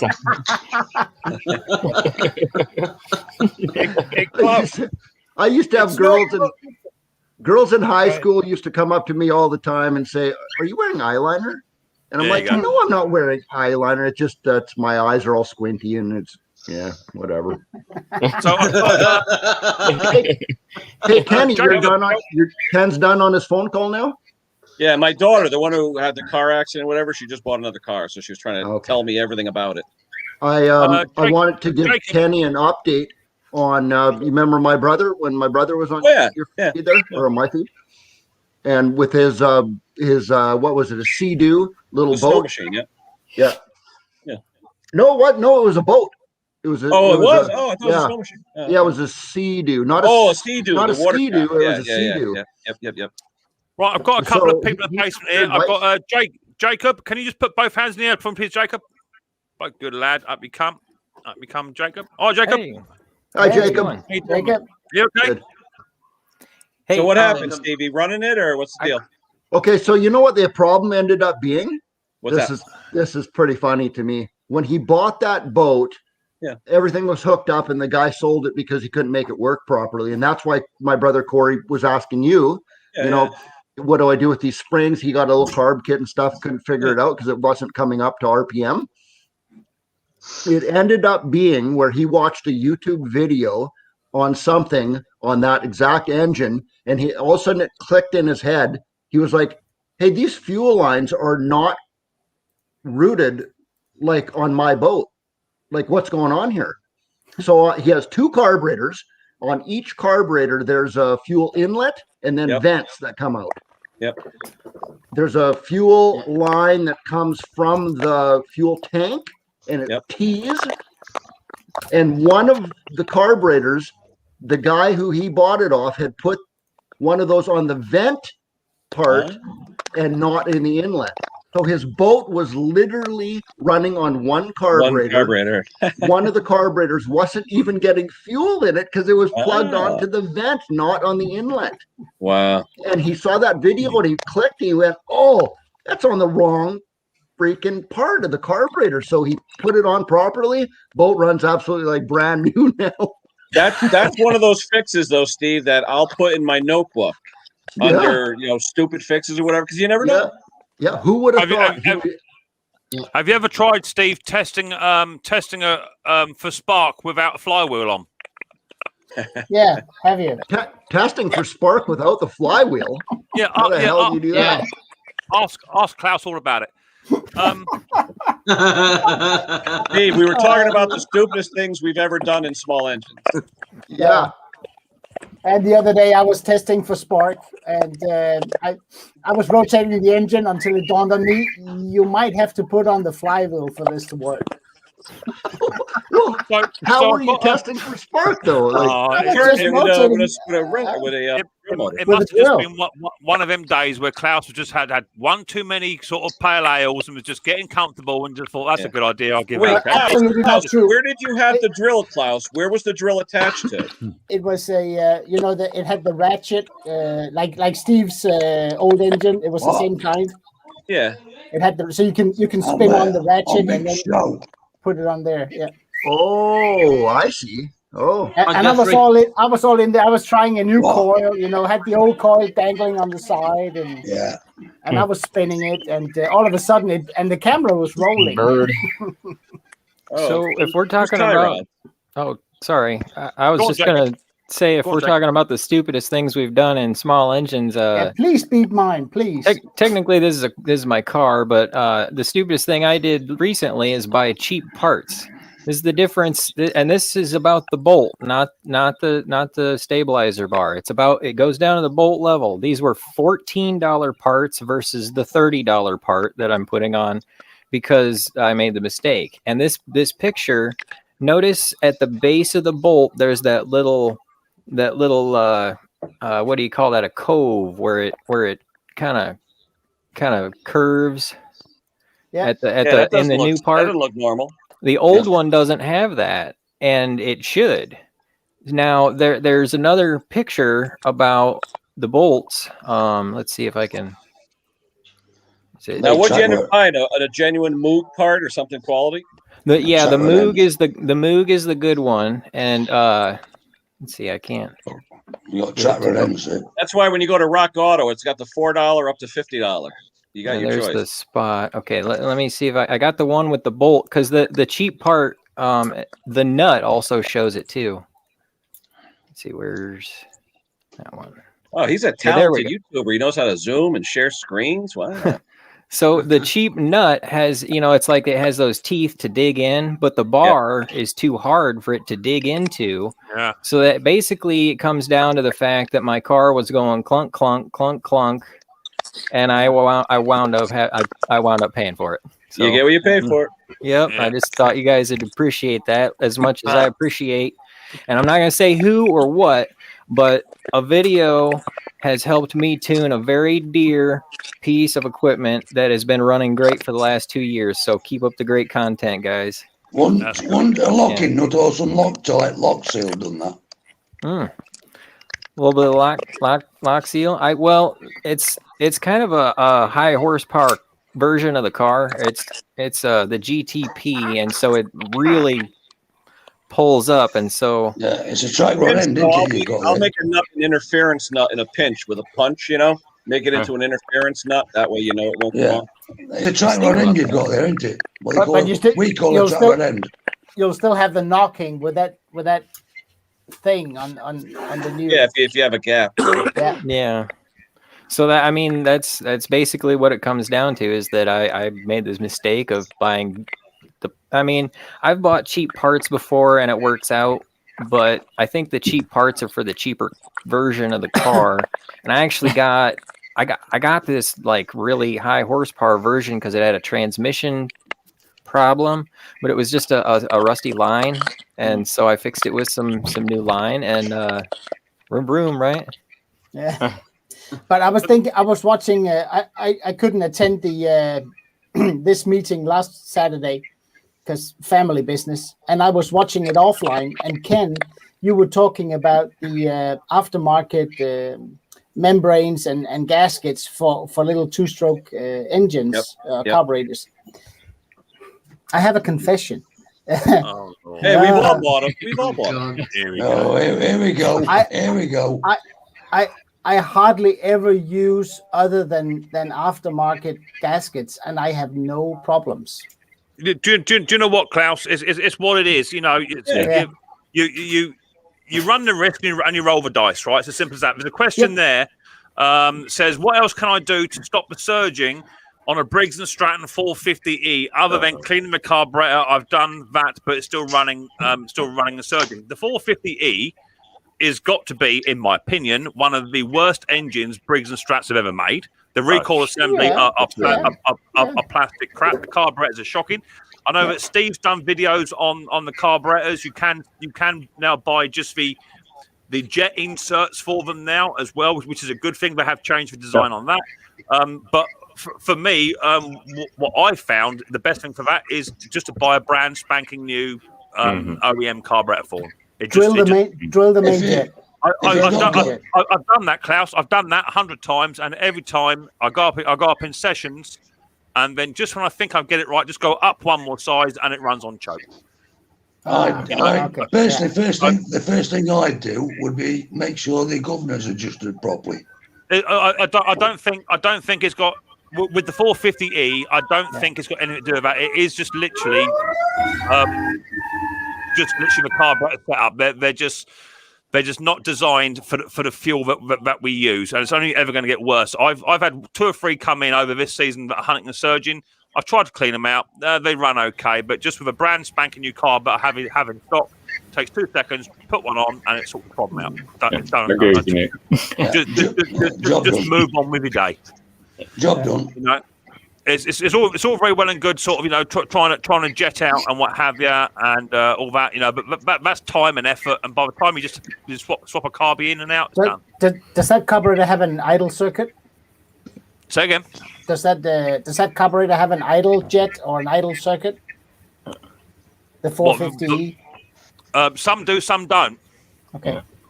So it all depends, and the American version, the American equivalents are different to what we have over here in the UK as well, because you have a different throttle assembly on your carburetors over there in America. Okay. So I'll just change the carburetor out. Spend the money. I think they're about £30 for a new carburetor. It'll keep with clean fuel. It lasts over 3 or 4 years, no problems. That's just me. What do you think, Steve? That's a question, Steve.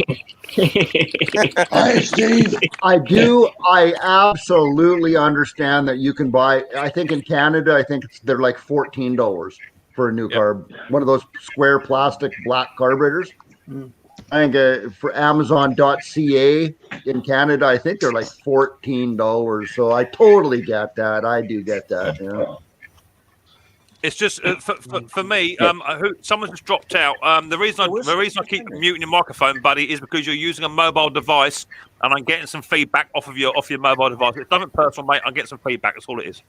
Who is? So someone just dropped out. A young gentleman just dropped out, but he's on a mobile phone, and it's glitchy. Gotcha. I can hear the sound, and it drives me bonkers. I've had it before. Those 450Es, and when you get a good one and they run okay, you know, every now and again they might miss a little bit, and you can buy the inserts for about £9. That doesn't guarantee it'll actually work. Do you know what? Just buy a brand new. But like young Jacob was saying, copy parts. You know, these are cheap Chinesian Wuhan carburetors. You know, £6 for a copy carburetor is half the weight of a genuine. Yeah. You might have to just up the fuel mixture ever so slightly. Instead of running it at 1 1/4 turns, you might have to go to 2 1/4, 2 1/2 to get it to run half sensible. But for £6, they run all day on that, all day long. Yeah. Mm-hmm. I had a Honda HRX 476 come in, Honda carby, and you know we all like a Honda engine, right? As long as they're running okay. It was hunting and surging. I did tell the customer a little while ago it needed carb work, which he didn't do. He brought it in. I cleaned the carburetor twice, ultrasonically cleaned it, and also brought it in via manual clean as well. It's still hunting the surge, so I went onto Amazon, and on Amazon you've got a filter, a pre-filter, 2 cheap Chinese spark plugs, fuel hose, a fuel filter, a carburetor for 16 quid. I know. £16. That's cheap. You can't get that. I put the carby straight on there. It hunted and surged for about 15 seconds, and it does it every time you start it up from cold, every time. But once it's started for more than a minute, and you turn it off, it runs A1. £16 for a Honda carburetor. And over here, genuine Honda carby on most selling sites, $79.99. Yeah, I don't get that. I mean, if you see the prices for OEM Honda carburetors in the States, they're fairly cheap. They are. Yeah, $30 But in Europe, they're like. Urgh. Yeah, it's what it is. Hi, Colin Petley, mate. How you doing, buddy boy? Ben is saying, what about Honda Izzy auto choke carburetors? What are your thoughts? Do you know what? They do some good copy ones. Honda and Quantums and even the banned word, Tecumseh, they do some good copies on here, on the cheap copies, and they're relatively good. It just seems to be, for me, the cheap overhead valve E-Series Briggs. I just anything that's over 4 years old of those, I just buy another carby for it. Well, that and the Briggs Classic too. The OEM Briggs Classic carbs are $23 from Briggs. Yeah. So, and here they're about twice as much. So Ridgeware Moses said he put a new carb on a 300E last week and it still surged, not as bad. Was that a genuine Ridgeware or was that a copy? I'll be interested to see if that was actually a genuine, because most of the time genuine ones are pretty good. The genuine ones they generally sort the issue out. But the funny thing is, if you put aftermarket carburetors on like Steel and Husqvarna and Echo, it's only 1 out of 3 that works. But when you put cheap carburetors on Chinese stuff, they work every time. Yeah, 1-to-1. It's kind of weird. I mean, it seems like the Chinese run their stuff a lot leaner. So when you put it on the Chinese stuff, it's fine. You put it on Steel Echo, you got to fart with the mixture a little bit. Yeah, yeah. And they don't quite take the revs they need. And I've completely stopped using aftermarket carburetors on quality brands. Yeah, Steel and Echo carbs are not that bad. They really are. Well, do you know what? I've got a hack, and I'm going to do a video on it. Before I do that section, Mr. Power, you're in the stream. You can take your microphone off, mate. You can talk if you like. Take your microphone off. You can have a little chat, buddy. It's my first time on here. I didn't know this. Right, okay. So before we go any further, first thing you have to do, mate, is you have to. You're now watching on StreamYard. You've got your YouTube open as well. So your YouTube, you must either pause it, the sound, or just get rid of YouTube altogether, and you will just run solely off of StreamYard only. Otherwise, we get a 10-second echo. So once you sort it out, we get it. Thumbs up, right? Let's it worked. Yeah, there you go. Right, you're live now. So it's your first time on a stream. Congratulations and good luck with that. You probably hit the worst stream in the world to come up first time. You're gonna get mobbed. It's all good, mate. As long as you join in the chat and you get involved, it's all good. Especially on here, you've got to be quite loud. Otherwise, you end up just sitting up here not doing a lot. Oh, that's a genuine carb. All right, buddy. So you give me a question. What was your question, mate? You had? Well, I'm like yourselves. I'm doing a fair bit of small engine repair in my own garage. I was just looking for a site in the UK that, if you're buying a lot of stuff, will give you a trade discount. Yeah. Okay. So one company that screams out to me, and all you got to do, I think, is just send them a copy of your business card or letterhead, and that is Garden Hire Spares. Yeah, okay. Yeah, I buy off them quite regular as well, yeah. Okay. Great. So if you just get hold of them and say your trade, they just say send us over a business card or so. You send it over, and your Dix said GHS as well. Yeah, GHS are brilliant. Brilliant. Are you a legit business though? Are you licensed with a tax number, or is it on the side hobby? On-site hobby, but it's starting to go that way. I'm doing mainly ride-on mowers at the moment. I'm saying if you're legit, like a corporation, LLC, or tax number, if you have a tax number, you can get a business account with Stens or one of those companies and get fantastic discounts. But you need that number so they know you're legit. Also, Briggs bits are quite good as well. Yeah, they're really good. They're really good. Very good. Very good. LNS engineers. LNS are very good as well. Yeah, they do. So the companies that I tend to use are Garden Hire Spares, Briggs Bits, LNS Engineering, Jap Motors. That's another one I use. Mower Spare Sales, they're very good as well. And I think apart from your Amazon and your eBay, that's about the majority of places that will do it. Stens in the UK are very good as well. Very good. Stens in the UK, I didn't realise they had a place in the UK. Yeah, baby. Right. Nick, don't you also use the Pro Parts Direct? Yeah, and Pro Parts, but Pro Parts are not really over here, really. Oh, okay. What Right, about core services? Where's my truck, Ken? I've got a Stens catalogue here somewhere, which I use a lot. Yeah, so but there is actually a Stens in the UK. The problem is, if you look up Stens on the internet, it comes up as a motorbike firm. So you might have to. I'll try and dig it out in a minute. I'll try and find my catalogue. It's in here somewhere. I use it a lot because Stens generally they stock a lot of the American stuff, which is hard to get hold of straight away, and you don't pay the shipping either. Is it FIO, Mick? Is it FIO? FIO? FIYO? Yeah. Stens parts of the UK came from High Level Parts. Yeah. Can one of my moderators find the Stens link in the chat for me and put it in there? Can it be right back? Nick, have you ever used core services? No. For mower spares, no. No, I can't say I have. I've got a super sticker there from my mates over at Tampa Boys Customs. Cheers, Adam. Much appreciated, mate. Always like a nice little super chat. Hope you're doing well, buddy boy. So yeah, they're the ones that I use. Predominantly for the stuff that I have in, whether it be vintage or everyday use. Generally, Garden Hire Spares tends to be the one that I use. Right. Okay. I wish I'd known about Stens because I recently paid £92 each for 2 idler pulleys for a Toro diesel. I couldn't believe how expensive the pulleys were. And Stens were doing them in America for $19 each. Yeah.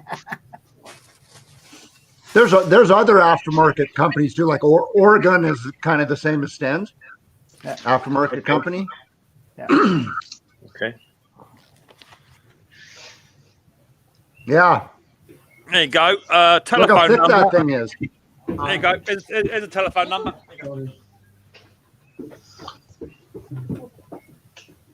I'll wait till the photo. Wow. So yeah, I use Stens as well. They're really good. So the telephone number is 01302 892 248. So if you don't write that down, just watch the stream back, and you'll get the number. All right, and or it's orders at stens.co.uk. There you go. I use them a lot. Cheers again for other super chat. Much appreciated. Tamback, he's doing live mini bike racing or something cool tomorrow. Cheers, buddy boy. And Jason Hughes has also put the link in as well. That's the .com link. That's no good. That one there, Jace. It's a UK one. LNS are very good. Yeah, LNS are brilliant. I like LNS. The Chinese carburetor I rebuilt my weed eater with was a Trust Shear brand that is currently unavailable. But it worked, and it came with a little spline tool, which is what I needed. So Can I ask a Never heard favour? of Mick? Say again, Jeff. Can I ask a favour? How much do you want? How much do you want? 30 quid do it? No, not that. No, not enough. What's that, mate? I'm looking for a reverse pulley. A reverse pulley Yeah. for one of them. A Euro 5? Five. The hell's that? Never Yeah, heard what of is that? Is that a It's a tiller? rotivator. Yes, a rotivator, Mick. A rotivator or tiller? Rotivator. Okay, I've never heard of a make, so I'd be interesting to see what is it a Briggs or what is it on there? It's a Briggs on there, mate. Yes, a Briggs. So the best thing to do, Jeff, is what I always say is take the model numbers down, go on to a website called Briggs Parts Finder, and put it's not it the in engine, there and Mick. it come up. It's not the engine, Mick. It's not the engine. It should still come up with even though the engine fundamentally is the product, it should still come up with all the parts for it and the part numbers for it, Jeff. It should do. No, have a look, Mick. Have a Jeff, look at you're Briggs just looking bits. at the pulley? Just the reverse pulley. The reverse. Just the pulley that goes on a shaft? Yes. Well, Right. where It's not where gonna- I live, it's- I not- can just go down to a store, and as long as you have the measurements of the shaft size and how big it is and the V size and all that stuff, you don't, they just make those. They're just kind of stock pulleys. Over I'll make here, master car. I'll fix over the here- old one. Over here in the UK, Steve, sending something down to somebody in a shop to get them to make it in the UK is pretty much asking for someone to walk across the Atlantic Ocean. It's not. I see it all the time, especially with like Adam, who does the Tampa Boy stuff. He gets stuff made and manufactured for his bikes. You pay a lot of money for that over here, specialist parts. Yeah, definitely. Jeff, he's gone. I'll get Jeff to send me the numbers over later on. I'll have a little look into that because you should still get a parts diagram for it. Well, as much as I love soaking up a panel on the spot on the panel of people who keep the world running, and I've got to go and wax my neighbor's car. She's been asking me to do Oh it. my lord! For a minute there, Jacob, I thought you were going to say something else. I thought you were going to say something else. I really had this vision of I'm you. serious. It's springtime, Hang but on, Jacob, I had this vision of you with one leg in the air on the tub, waxing stuff. I thought, where is this going? I just sat down again. I was like, did he just say he's going to go over and wax his neighbor? Yeah. Okay, all right. Hey, I love you guys. I'll see you guys later. Yeah, Cool. Jacob. Bye, Jacob. Right, so Jacob's going to go off and go and wax his neighbour. Lovely. Jeff, do me a favour, Jeff. Email me the make, model, and code, please, mate. Just buzz it over for me, and I'll have a little investigation for it, mate. All right. Oh, mate. All right, mate. Yeah, it's just that generally it's not always on Briggs Parts Finder. There are other websites you can go on where That's the baby I'm looking for. That's what I'm looking for. Look. Have a look. And that's what's come off. Oh yeah. That should fit on there like that. Yeah. And it fits on a separate bracket. Yeah. For a reverse pulley. Right. It's got nothing to do with engine, Mick. Nothing to do with engine. Yeah. It just sits on a separate bracket. And you've got a bearing inside there. Yeah. Bearing. And that sits in the bracket. And that sits on that. And your belt goes round there. How old is the machine, Jeff? About 15 years. Okay, Wow. so it should be available. It should. I mean, the chances are Euro 5 may just be the sponsor brand, and you may have to find the actual dealer for it and hunt it down. I'm sure it's obtainable. I've got one of those MTD rear tine tillers with a gearbox is gone on it, and I'm looking for spares for that. And in fact, the last time I looked at it, it was a Canadian-made machine manufactured in Germany, and I had to get Pro Parts Direct to hunt it down for me. Really hard to find the parts, really hard. But Apparently this is made in Germany as well, mate. Yes. Yeah, should be available, mate. I'm sure you'll get it. Tim Freeman says, "Hello, Mick. Hello, how you doing? Nice to see you, mate. Hope you're doing well." And there was a comment from my old mate Colin. Where's that one from Colin? Colin. So Colin says, "I believe that Stens was part of the Central Spares. That was a trade-only company. Apparently, they do hop and change. I got wrenches and bolts. You can come up, buddy boy, as long as you've got no outside interference noise. And last week you did, me old buddy boy. So I've got a $20 Canadian super chat there from my old bestest buddy in the whole widest world, Steve. Cheers, Steve, boy. Much appreciated, me old buddy fruit. You little star. Just remember, Mick, the transfer rate, that's 18 cents. Just so you know. By the way, Kenny, I got to say this. To you. When I was on live with you yesterday, I had my finger on that same button, and then you ended really abruptly because we had to go. We wanted to go back and see Snobby, right? And I was just like, I was that close, man. So no worries. No. I'll catch you on the next one because you know why? You know Ken. You know Ken is all about the money. You know he is. He's all about the money.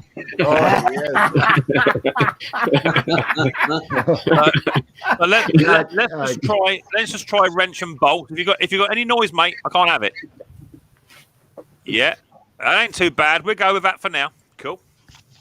How's it going? We're doing all right, bro. Yeah, we're doing all right, buddy boy. Not doing too bad at all. Hey, Ken, how you doing?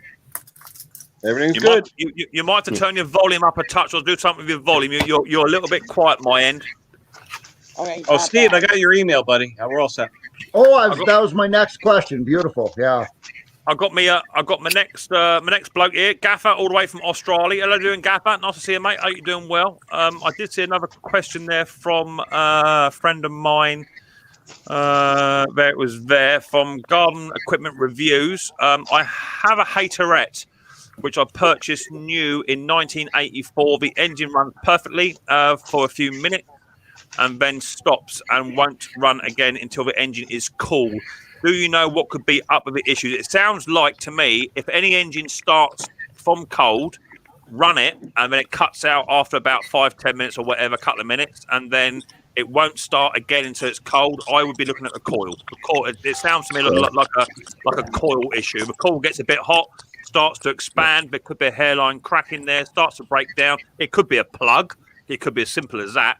But if you swap the plug out, I'd be looking at a coil. What do you guys think? Crack the gas cap first, just to make sure there's no vacuum plug. Giddy up, Kenny. Giddy up. Yeah. Could be, yeah. Try that first. Yeah. Yeah. I had a Hater 48, which was mucking about. It would run beautiful. It run lovely. But as soon as after about 2 or 3 minutes of running it, you went to empty the grass bag, come back and it wouldn't start until it cooled down again. And I tested the coil. Coil was fine. But when I put another coil on, which I had a second-hand coil here, in the bucket, I put another coil on it, no issue. Good. Mick, can I add to that? When you add to it, Ken, you haven't got to put your hand up like you're at school. This isn't the pate. This isn't the pate screen. I've been scolded in the past, but now I'm just being polite. Yeah, Ken. No, I just want to talk. So,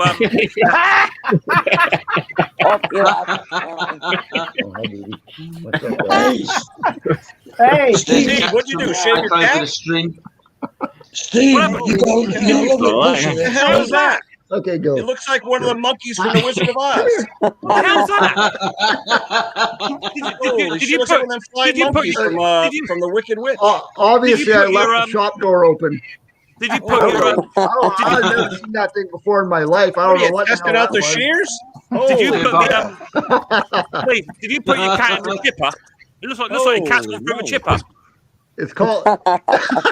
Yeah. Oh, I don't know what she's. When my cat doesn't behave, I put him in timeout. I don't shave him. I'll tell you what, Steve. That'll teach her. That'll teach her for meowing at me. I'll tell you what, Steve. You're gonna get PETA on your ass. Holy cow! Hey guys, no, but seriously about coils, the cheap coil testers that you see, the cheap ones, the inline ones, 99% of the time, a weak coil may light that but it will not light a spark plug under pressure of an engine pressure. So you have to Is make Ken sure. saying I have crappy equipment? Is that what he's saying? Yeah. If the shoe pretty fits. much, Yes.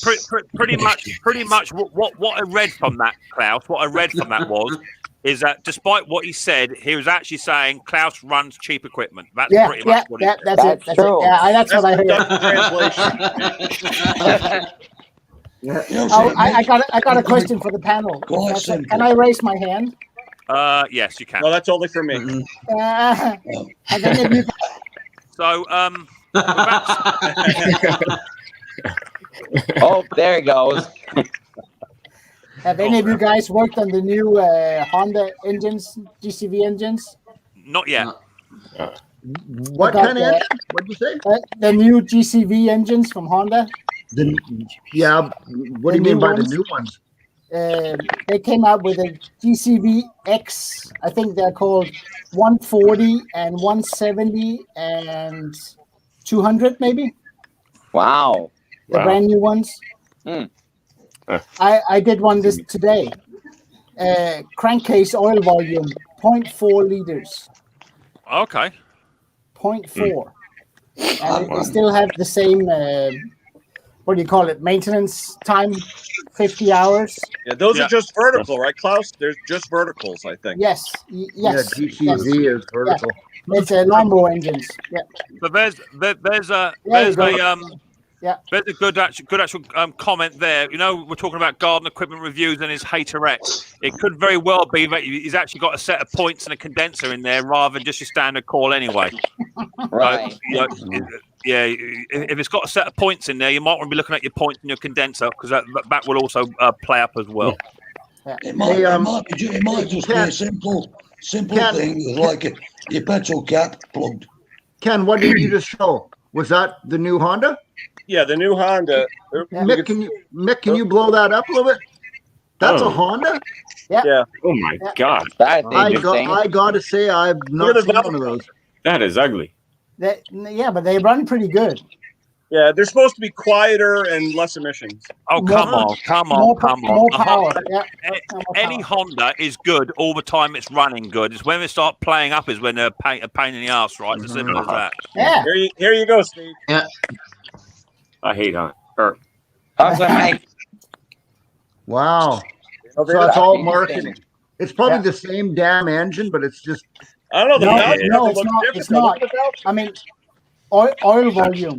Oil volume. Oil volume is 0.4 liters. Wow. I know. You don't want to mow on a hill, right? No, you don't. I mean, think about it. You got like point. 20, 25, 30% less oil, and you have the same maintenance interval. I mean, you don't want to overstep it on these engines. Huh. That's news to me, man. I got to really check that out now. I don't know if we've seen them in Canada yet. Yeah. But they have more power. Actually, I don't think they have more horsepower. They have more torque. Compared to the old ones. Yeah. Runs pretty sweet. I mean, as Honda style, pretty sweet. One pole goes, but. Oh, you know what they did, Klaus? They say they increased the stroke. The connecting rods, the crankshaft stroke. That's more torque. If I get one of these shot, I'm gonna shoot you. I'm getting a bit annoyed from you, buddy boy. You need to either put your phone down, wrench and bolt, and just leave it be. Every time you touch it, I can hear you touching something. Yeah. Different valve technologies, swirl and all that. Yeah, I think. Yeah. I'm just thinking that they still run 20 or 50, 25 or 50 hours between oil change, but you have 20 or 25% less oil in the engine.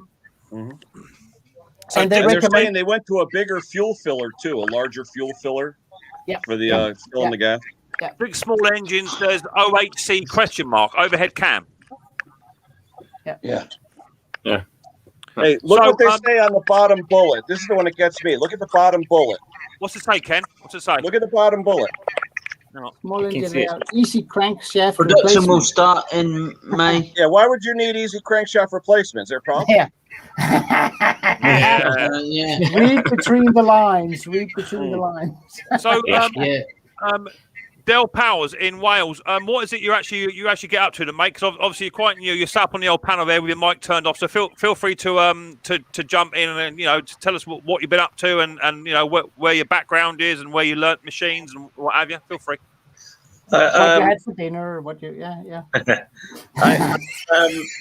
I started doing ride on lawnmowers basically because I bought one and my son has autism. And I wanted to teach him a few skills. So he's come on board, started doing them. So my oldest boy then started, he wanted to lathe. He's progressed. He's actually making a new ramrod for somebody, cutting the thread as we speak on a lathe outside. And I started then buying them and selling them on. And I just couldn't. I know I got a bit of a practical background anyway. I just couldn't get over how you can buy stuff off some people who are I've got zero practical sense at all, and you can buy stuff reasonably cheaply with simple fixes. I bought a strimmer not long ago off a guy who couldn't get it running, and I went down to see it, and there was no petrol in it. Oh yeah. It's incredible. Firstly, congratulations on you teaching your son with autism new life skills, because that's fantastic. Yeah. My son himself has additional needs, and anyone that can sort of try and teach children with additional needs a new life skill and what have you, what's hot, what's sharp, and what's tight, and what's not. Hat off to you for that. Well done for that. I had a Stihl MS 180 come in not so long ago, and the owner said it was quite hard to start this year, so he pulled it in, and the tank was empty. So I put fuel in, and I pulled it with the MS 180s. You have to manually pull them to bring the fuel through. It started about seventh pull, and after that, once it warmed up and what have you, and the next 2 or 3 days I tested it, it started second pull, no problem at all. So when I rang the bloke up, so it's all done. He said, "What was it?" I said, "It had no petrol in it."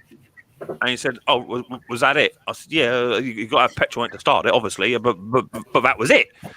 So then he didn't want to pay his bill for me spending five minutes and then 4 days later on testing the equipment. To which I replied, unless you pay your inspection fee, you're not getting the machine back. It's as simple as that.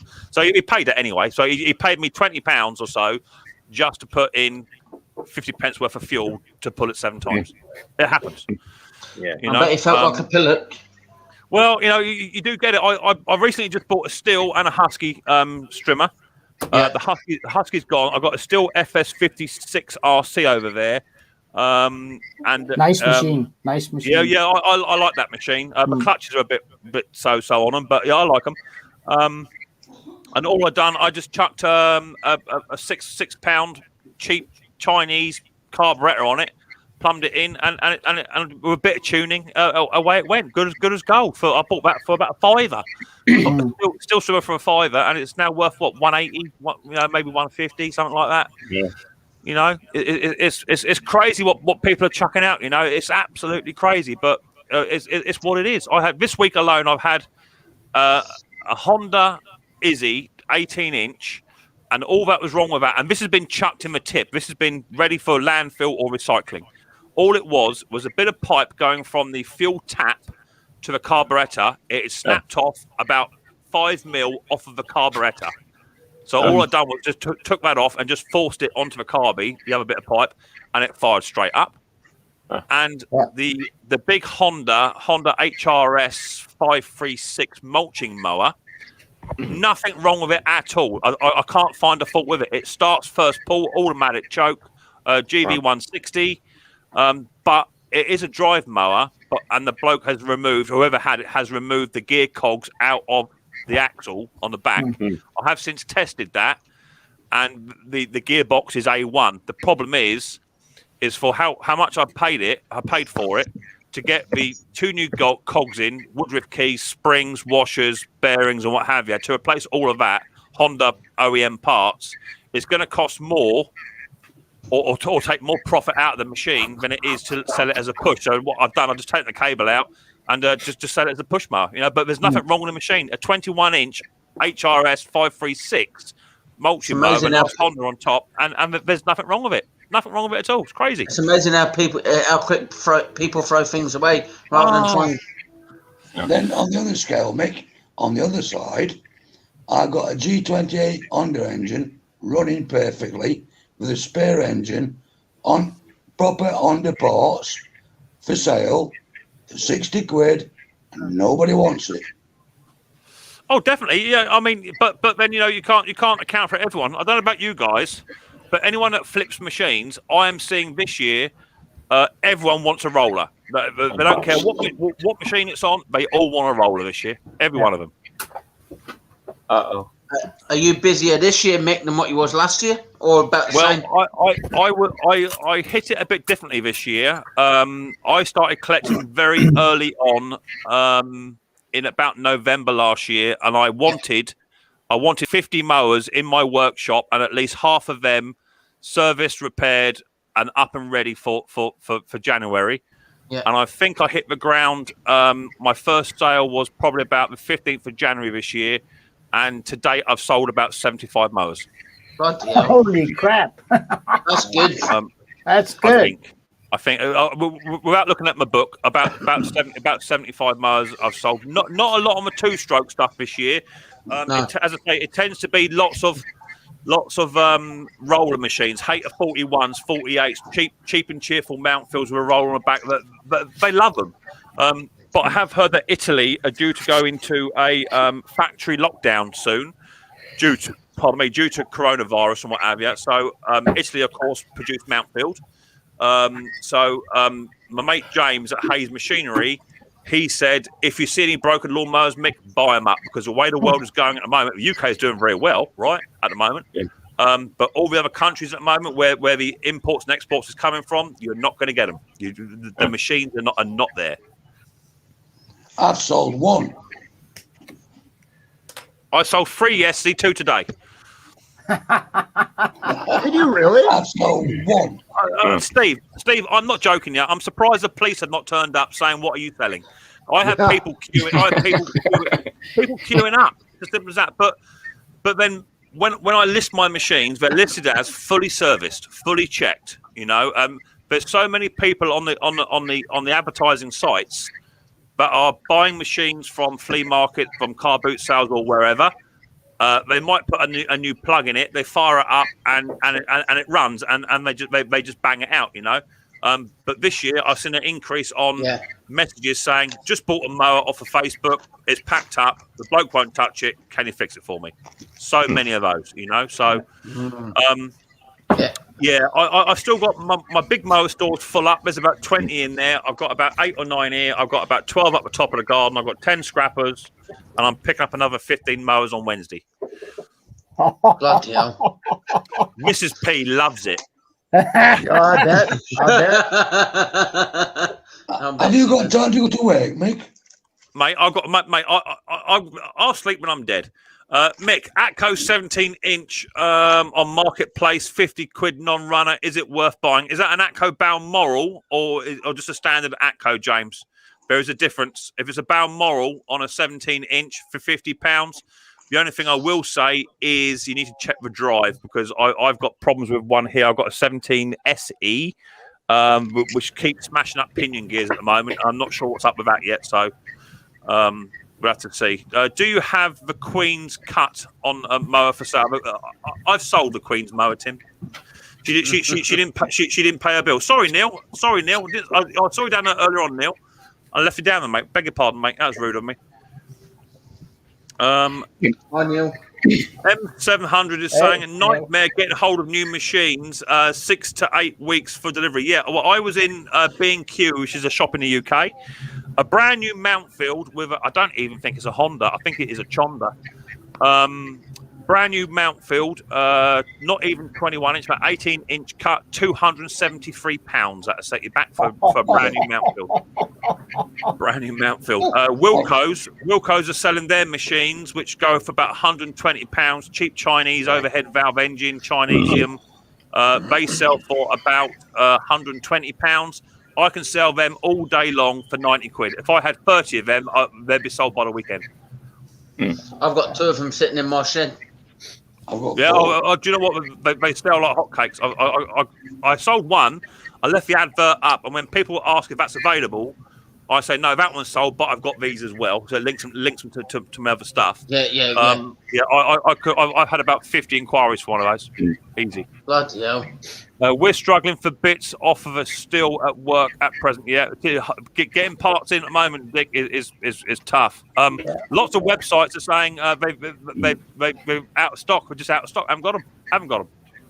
But see, the thing is, with World Clothes, they used to sell them in the shops. They've stopped selling them in the shops now. They're selling them online. If you go online, Tim, it says out of stock. They haven't got them.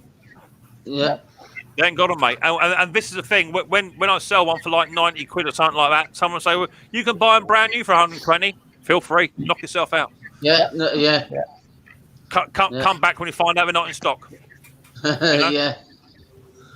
Supply and they demand. can keep up with the Supply and supply. demand right there. Keep the supply up with the demand. Oh, it's crazy. It's crazy. Mick, James says, Mick, can I send you an email, Mick? Not sure, mate. Yeah, fine. Yeah, send me an email. I can't remember what your comment was actually. James, Mick. Atco, yeah. So yeah, send me an email, mate. Not a problem. I've got Conker trying to join by the looks of it. Oh, there's Conker. Please welcome me old mucker, my old mate. Now, as you all know, Conker's in the basement here. Now, as you all know, people, right? Last week we saw Conker came to the Mixed Mower Shack. I did a video, and between the two of us, we got 90% of his BMC lawn racer mower working. All he had to do was find a belt, possibly a blade boss that didn't slip, and he would be up and running. Since then, Conker has released. Stop making that sign, Conker. He has released a video. He has released a video saying that he's actually had to give up on the lawn racer and convert it to a push, and he was very upset with it. So I don't want anybody. Got someone there, gamer. You can go. Too many emojis. I actually had Conker see a video. He was very upset. He rang me up saying, Mick, I'm going to come on the stream this week. Can you please make sure before you go on the stream that no one takes a Mickey, please, out of me, because he you know what he's like. He gets a bit upset. So please, nobody mention the BMC lawn racer mower to Conker. He gets upset. Please welcome my old mate Conker to the stream. Hey, Conker. Hey, Conker, how's the BMC going on? Yeah, how's the BMC? All right, buddy. Good evening. How are you doing, mate? So, hold up. I just gave a speech. I just gave a speech about not taking the piss out of your BMC lawnmower, and you've actually got a BMC t-shirt on. What's that all about? Well, something arrived in the post this week. Oh. And I'll give everybody half a chance to say who maybe sent it to me. So, 10 small engines. So someone sent you a t-shirt in the post, right? Where, me? Yes. So who was it, Em? You devil. Hang on. I have to be very careful what I said then. Hang on. Conker, can you just stand up for me and turn around? Mike? No. He wants to see your ass. I gotta do it here. So BMC stands for hang on. BMC, yeah, here we go. Turn around. Budget mowers by Conker.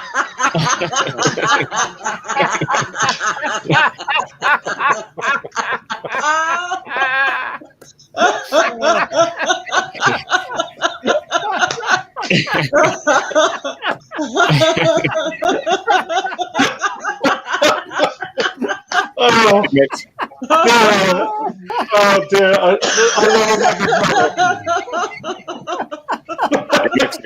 I gotta go, Mix.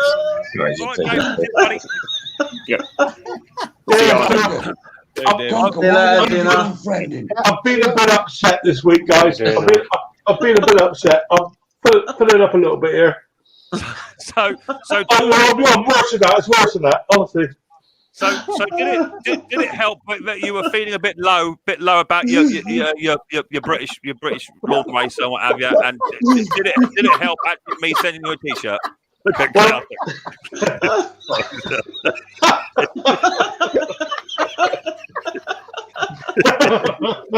sorry, Conker. I'm sorry. He's fine.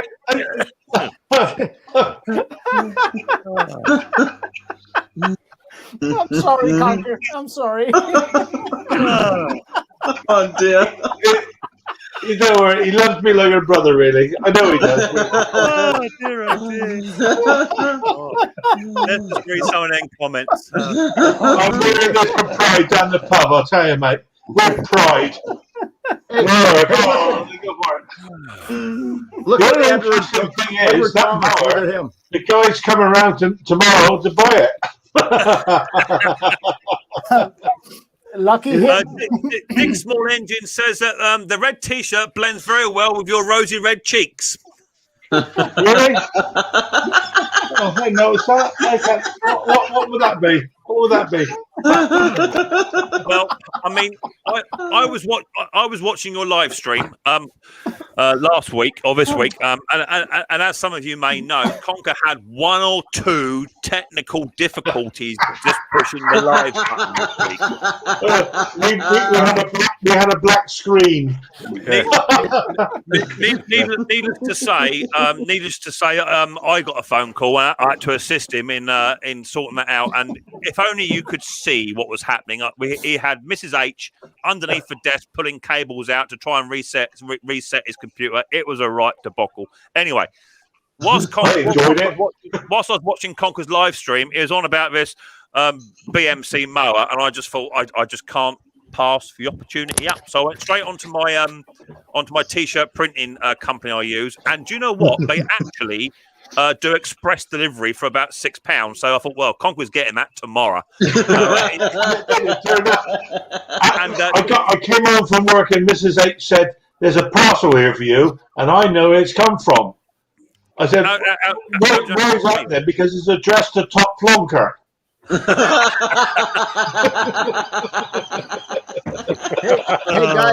guys, is it just me or is Conker's microphone like really gritty? Yeah, like, there's a lot of interference coming from his mic. Conker's microphone is particularly loud. Can you turn it down a bit, Conker? Is that possible? I don't know how to do that. I don't know how to do it, mate. Yeah, it is a bit like it could be the static coming from your T-shirt, maybe. I'll sit back a bit. Mick, what size is that shirt? Oh dear, pal. Oh, Klaus, don't spill your beer. What's I don't know. I said, don't spill your beer. I thought it was my camera, so I got another one. I've got two cameras at the moment. So are you using the original camera you've had before, or is that another camera, Conk? There's another camera. Yeah, do you know what? Between the two of them, I think the one you've been using, prior, I think that one's shot, but this one, I'll get a lot of static off of your mic. Someone will have to tell me. I think there is in the settings, mate, but I ain't got a clue how to do it. Oh yeah. The chances are, if you hit settings, you'll probably hit the ejector seat to your chair. You end up going through the roof, Conk. I know what you like. Best off left alone. But anyway, I hope you enjoyed your T-shirt, Conk, because I got a lot of enjoyment just ordering that. I thought you'd appreciate that. Hey mate, I tell you what, it's brilliant. Love it to bits. I do honestly love it. I tell you what though, good looking dude or what? Hey, power to me, mate. Power. I did mowers by Conker.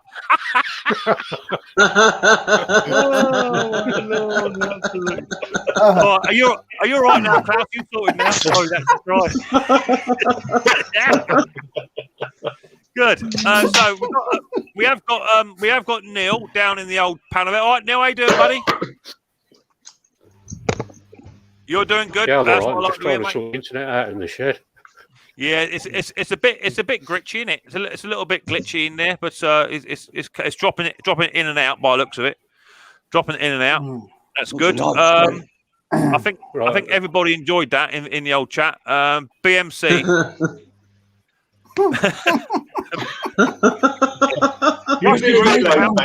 You do realise there will be some form of retribution. You never know when, but it will be there. You know.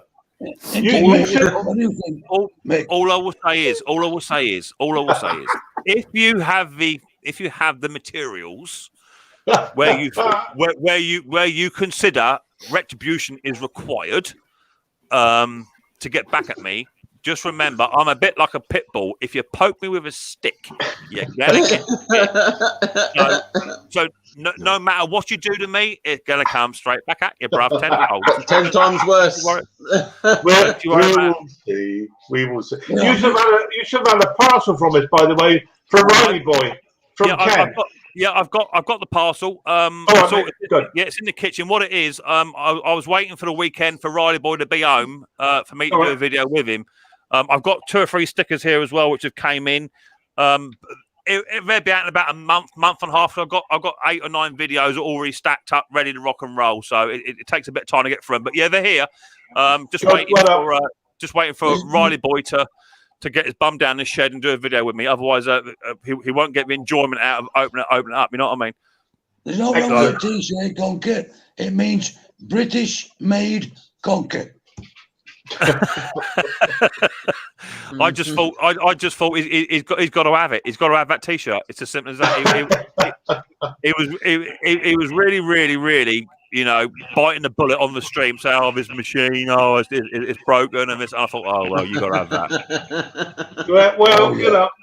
There's a lot of people who did a lot of help, but I must admit, the best part of the whole deal really was a mixed place with Riley Boy.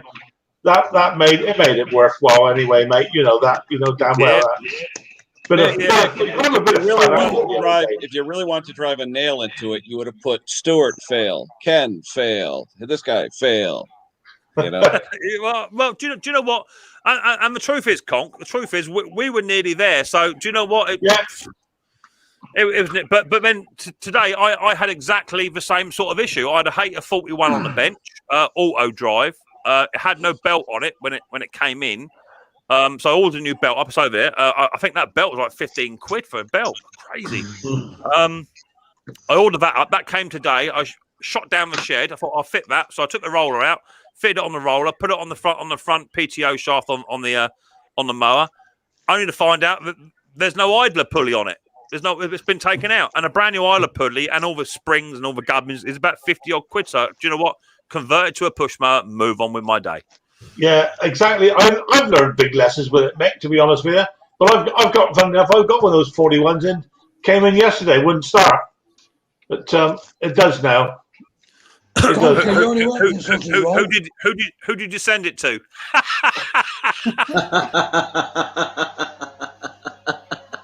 Conker, you only went for sausage rolls, didn't you? Yeah. Do what, mate? You only went for sausage rolls? Yeah. I better tell you what. You get a chance. You try Pauline's sausage rolls, and that's not a euphemism. That's a. I'm going to say I might get arrested. He makes those sausage rolls. Everyone is welcome within moderation down at the Mixed Mowers Shack. Everyone's welcome. Come on down. Feel free to come down and come and annoy me for a little while. Say again. 300 miles, Mick. I'll come and see you. They do, mate. They do a Premier Inn just around the corner, £35 a night. Even you tight-ass Northerners can afford that. Thank you very much. Well, you're tight. Hey, Mick, I love you too, pal. I love you too. I know. But we all know Northerners and Welsh are tight. Isn't that right, Powers? Hang on a minute. That's very true. Yeah, there you go. See, told you. I know it to be true because I have a Welsh brother-in-law and he's the last in the pub when it's his turn for a round. I know it for a fact. Hey, it's called common sense. It's called common sense, mate. You're right about that. So what have you been working on, then? Conk, anything good? Yeah, I finished this 41 yesterday, and I finished. Good, nice to hear. And so, how are you then, Jeff? You'll.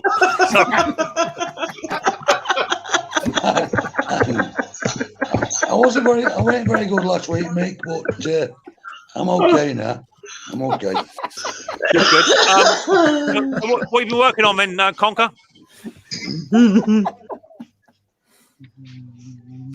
You're not, Again, Conker, Conker, you're not muted. I can see your second chin moving.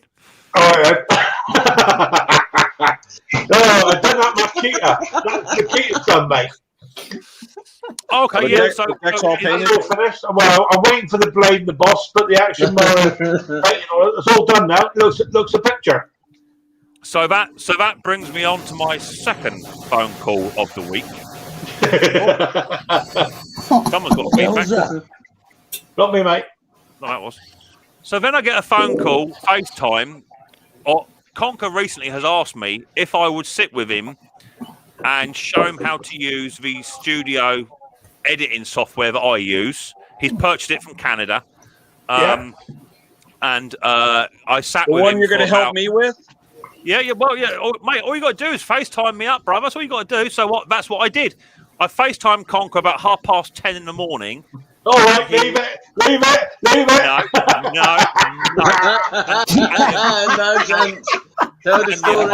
the advantage is I have the buttons of control on this stream. So I FaceTimed him up, and all I'm saying is he was very red faced, looked like he had slept in the middle of a tornado, and still had his pajamas on. So it was my dressing gown, my robe. And Mrs. H wasn't in the house, so I don't know what he was up to. He was up to something. Anyway, I then sat down with him for about an hour and a half, 2 hours to edit a 6-minute video. And we went through it together, and I think now you've got a relatively good idea on how to edit it. Absolutely, yeah. So, I tell you what, Ken, you get a chance, get in there and make you go through this thing, because there's quite a lot. It's not complicated, but you've got to follow it step by step, And it's like the space shuttle. I'm like, what is it? If I had to describe it, it was a bit like trying to teach a monkey at the zoo how to eat with a knife and fork. That's what it was like. He lies badly. He said to me, Phil, he said, you're absolutely amazing just how well you picked this up and how clever you are at it now. There, good comeback. Good comeback. I must admit, I went to use it today for that quick picture of Makita, and I've forgotten everything I've learned. Klaus, can I ask you a question? Yes. What's inside the first page of your passport? What's that? What's inside the first page of your passport? Do not send Guy abroad. No, I'm kidding. Probably my picture. I can't remember. It's Jesus Christ with thorns on his head. No. It is. No. You have a look. Klaus doesn't have a passport. Okay. That's why he's not Hold allowed on. in Canada. Let me go check. He's going to check. What if Klaus was an atheist? My mate James has sent me an email. Let's have a look. He's on about a mower. Is it worth 50 quid?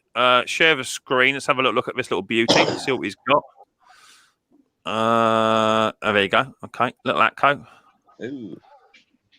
What we got there? It's going to blow it up. Oh, okay. Is that worth 50 quid? I'd buy that for 50 Canadian dollars in a second. I would love to have that thing. What is that, like 70s or what? It's probably mid 70s. It looks like an iron foundry on there. It looks like an old an iron horse, I think. Suffolk.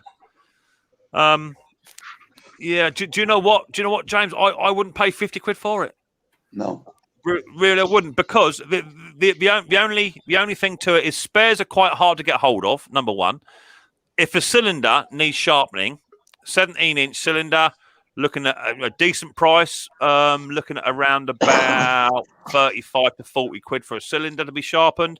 It might need a new bed knife. Yeah, Suffolk. Yeah, it might need a new bed knife cutter. They're about 17, 18 quid. So already you're up to about £50 just to get the cylinder sharpened and maybe a new bed knife. That's not to include any of your own love and labour you want to put into it. Plus, then you've got to look at a coat of paint if you want to give it a lick of paint, decals for it, all that sort of stuff. A restoration on that, if you're going to do a restore on it, you're looking at around about £200 to restore that. That's how much they cost to do it properly. New rollers and what have you. If you're just going to up and run it and bump it out and what have you, yeah, £50's a bit rich for me. I'll be happy with 30. I know it doesn't sound like a lot, but if you can try and save the money for the cylinder to be ground, because the only thing that will sell that is if you say cylinder's just been ground, new bed knife. You know, that way you tend to sell them a bit better. How do you get on with your passport, Klaus? There it is. That's part of it. And who is this guy in my passport, you say, Jeff? That's Jesus Christ with thorns on his head, and Ed the Bluetooth instigated that when they changed from being, how can I put this? It looks to being Christian. It looks a bit more like Conker has just undone a recall spring. Yeah, it does. It does, doesn't it? Yeah, I like that. So Jeff, and I'm wearing a skirt. All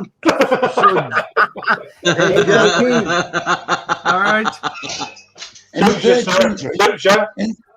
third century, Edward Bluetooth changed Denmark from being, how can I put this, renegades and Vikings to Christians. And that's what that represents. I know. I took the course. But what you're saying, Jeff, is that Jesus Christ is a girl. Well, yeah. Well, look at the picture. That's clearly a female to me. I don't know. Hold on. Hang on, Tim. Hang on, Tim. That's a Scottish passport. It doesn't even count for nothing, mate. I don't. That's the only passport in the world. Is that a girl? That's the only passport. Girl. It's got a skirt on. Hang on. I don't think it is a girl. It's just a Scottish geezer. It's a Scottish geezer. That's the only passport in the world that represents Jesus Christ. Why does it got boobs in a skirt? I don't understand. Again, it's Scottish, isn't it? Men with boobs and skirts. That's what it is. The main thing is it gets me around the world. So yeah, that's where it came from. When the Vikings invaded Scotland, that's where the kilt comes from. Danes are the only people who has ever invaded the British Isles. Absolutely. Yeah. Yes. Well, we hang on. We had this chat last week about the ginger gene and what have you. Do you know, I think it was before Brexit. On the South Coast, we may still be. I may be related to Conker. God help us if anyone is related to that man. God help us. Hang on a minute. Hang on. No, That's my son. Maybe not. Maybe not. Maybe not. Hang on. How are you? Hang on. Maybe you are. Maybe you are. I've just figured it out.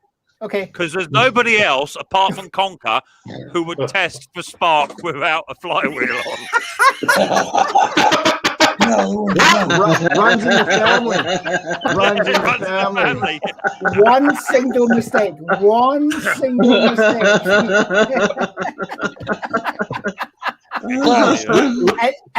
And I deserve it. I absolutely deserve it. We all make the occasional mistake, mate. Yeah. Thank you, Klaus, for proving it for me. Thank you. Hey, I do got to say this though. It wasn't that long ago that we all found out that Terrell Fixes All is actually Mick's dad. Yeah. Yeah, well, it happens. It happens. Yeah. It happens. Comes out. I thought it was slippers.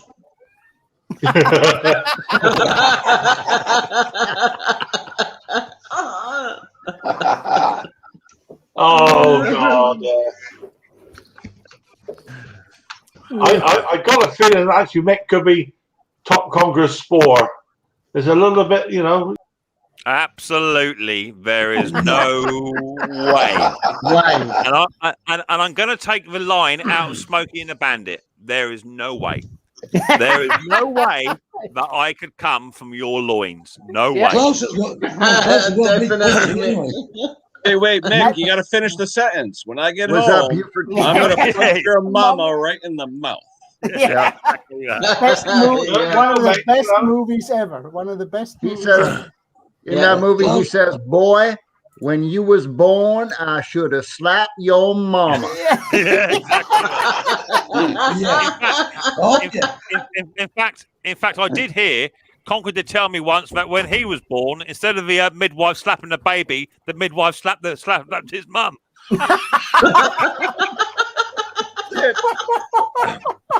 Hey, I like when Junior's hat fell off, and then Jackie Gleason says, "I wish your damn head was still in it." Yeah. Yeah. And when Conker got married to Mrs. H, the priest said, "Do you, Mrs. H, take Conker to be your husband?" She said yes. He said, "I'll ask you again." You sure? Hey, she's a lucky lady. When midwife came to me and says, when midwife came to me and says, "Oh, I'm sorry, sir, but it's black." I says, "Well, I'm not surprised because she burns everything." Exactly that. Yeah, exactly that. Ashley, how you doing, buddy? I see you got a nice BCM lawnmower behind you there, mate. BCM lawnmower.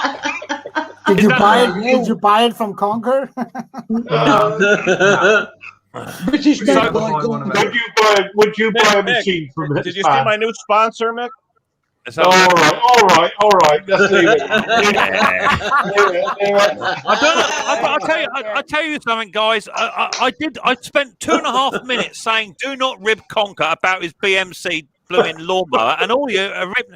Anyway, Conker, before we go any further, did you get any interest on your selling site about your lawnmower? Did anyone sort of message you to say, "Is it available?" Yes. Yeah. Okay. Yes. Right. You did, you dick.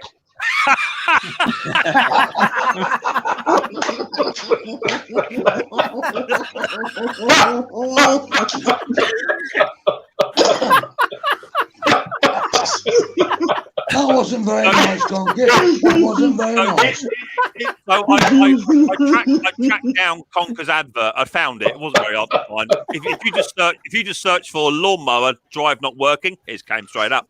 So the first thing I said was, "Is this available?" Yes, it is. Does the drive still work? No, it don't. I heard Mixed Mowers has worked on this. I'm really interested in buying it. And after that, I never got a response.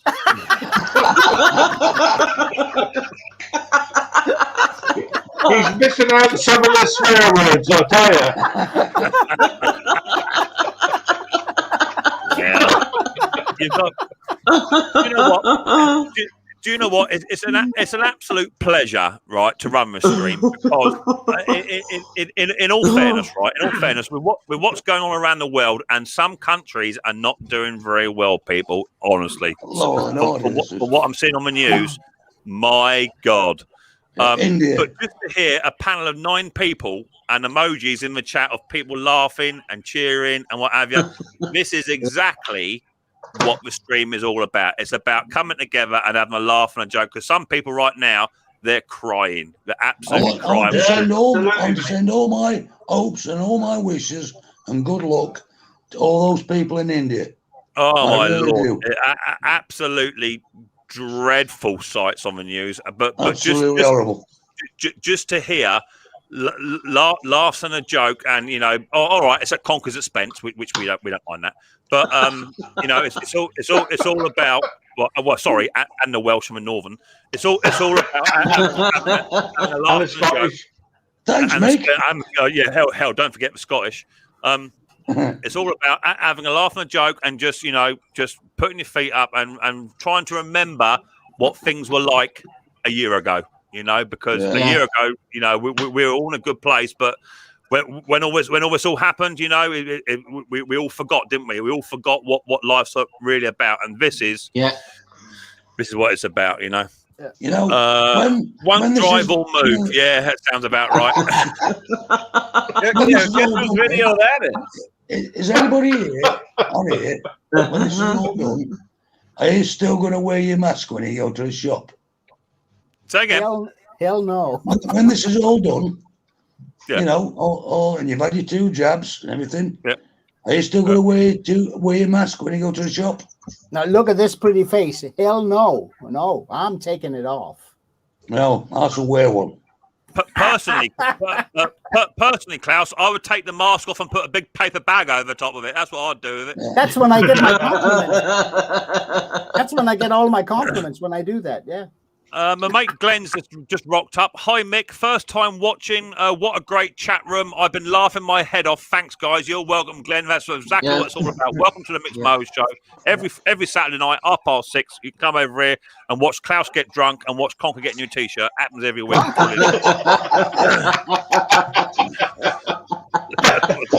on, mate. What T-shirt you got on tonight, mate? Oh yeah, I'm fashioning my own T-shirt, but this one actually fits, so it wasn't sent by Ken. I've got a. I've been conquered again. To be fair, the first one he sent me, I think you're right, Klaus. I think the Vikings did actually invade because the first one he sent me was the size of a Viking sail off of a boat. And it came with a set of guide ropes. Come with a set of guide ropes, my lord. Yeah, without a doubt. But I'm due actually because now they're doing my age group in the UK, 40 and up. So I booked online. I booked my first and my second. So I'm due to have my jabs, which is I cannot wait to have it. Really, I can't wait to have it. But I think you're right, Klaus. Do you know what? I think us as a society, or I think have we forgotten how to socialise? Because I don't know about you guys, but when I go down the shop just to get groceries or whatever, I'm always conscious now of the bloke behind me in case he coughs or all that sort of stuff. So I think we're going to need to be unbrainwashed, because before it goes back to how it was.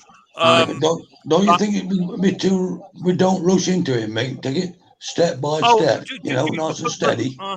But the difference for me, Jeff, is that ever since this all came out, nothing has changed for me. Nothing. I've been to work every single night, as always, through the entire lot. Nothing changed. I had no sanitizer, no gloves, nothing originally because Wuhan had it all.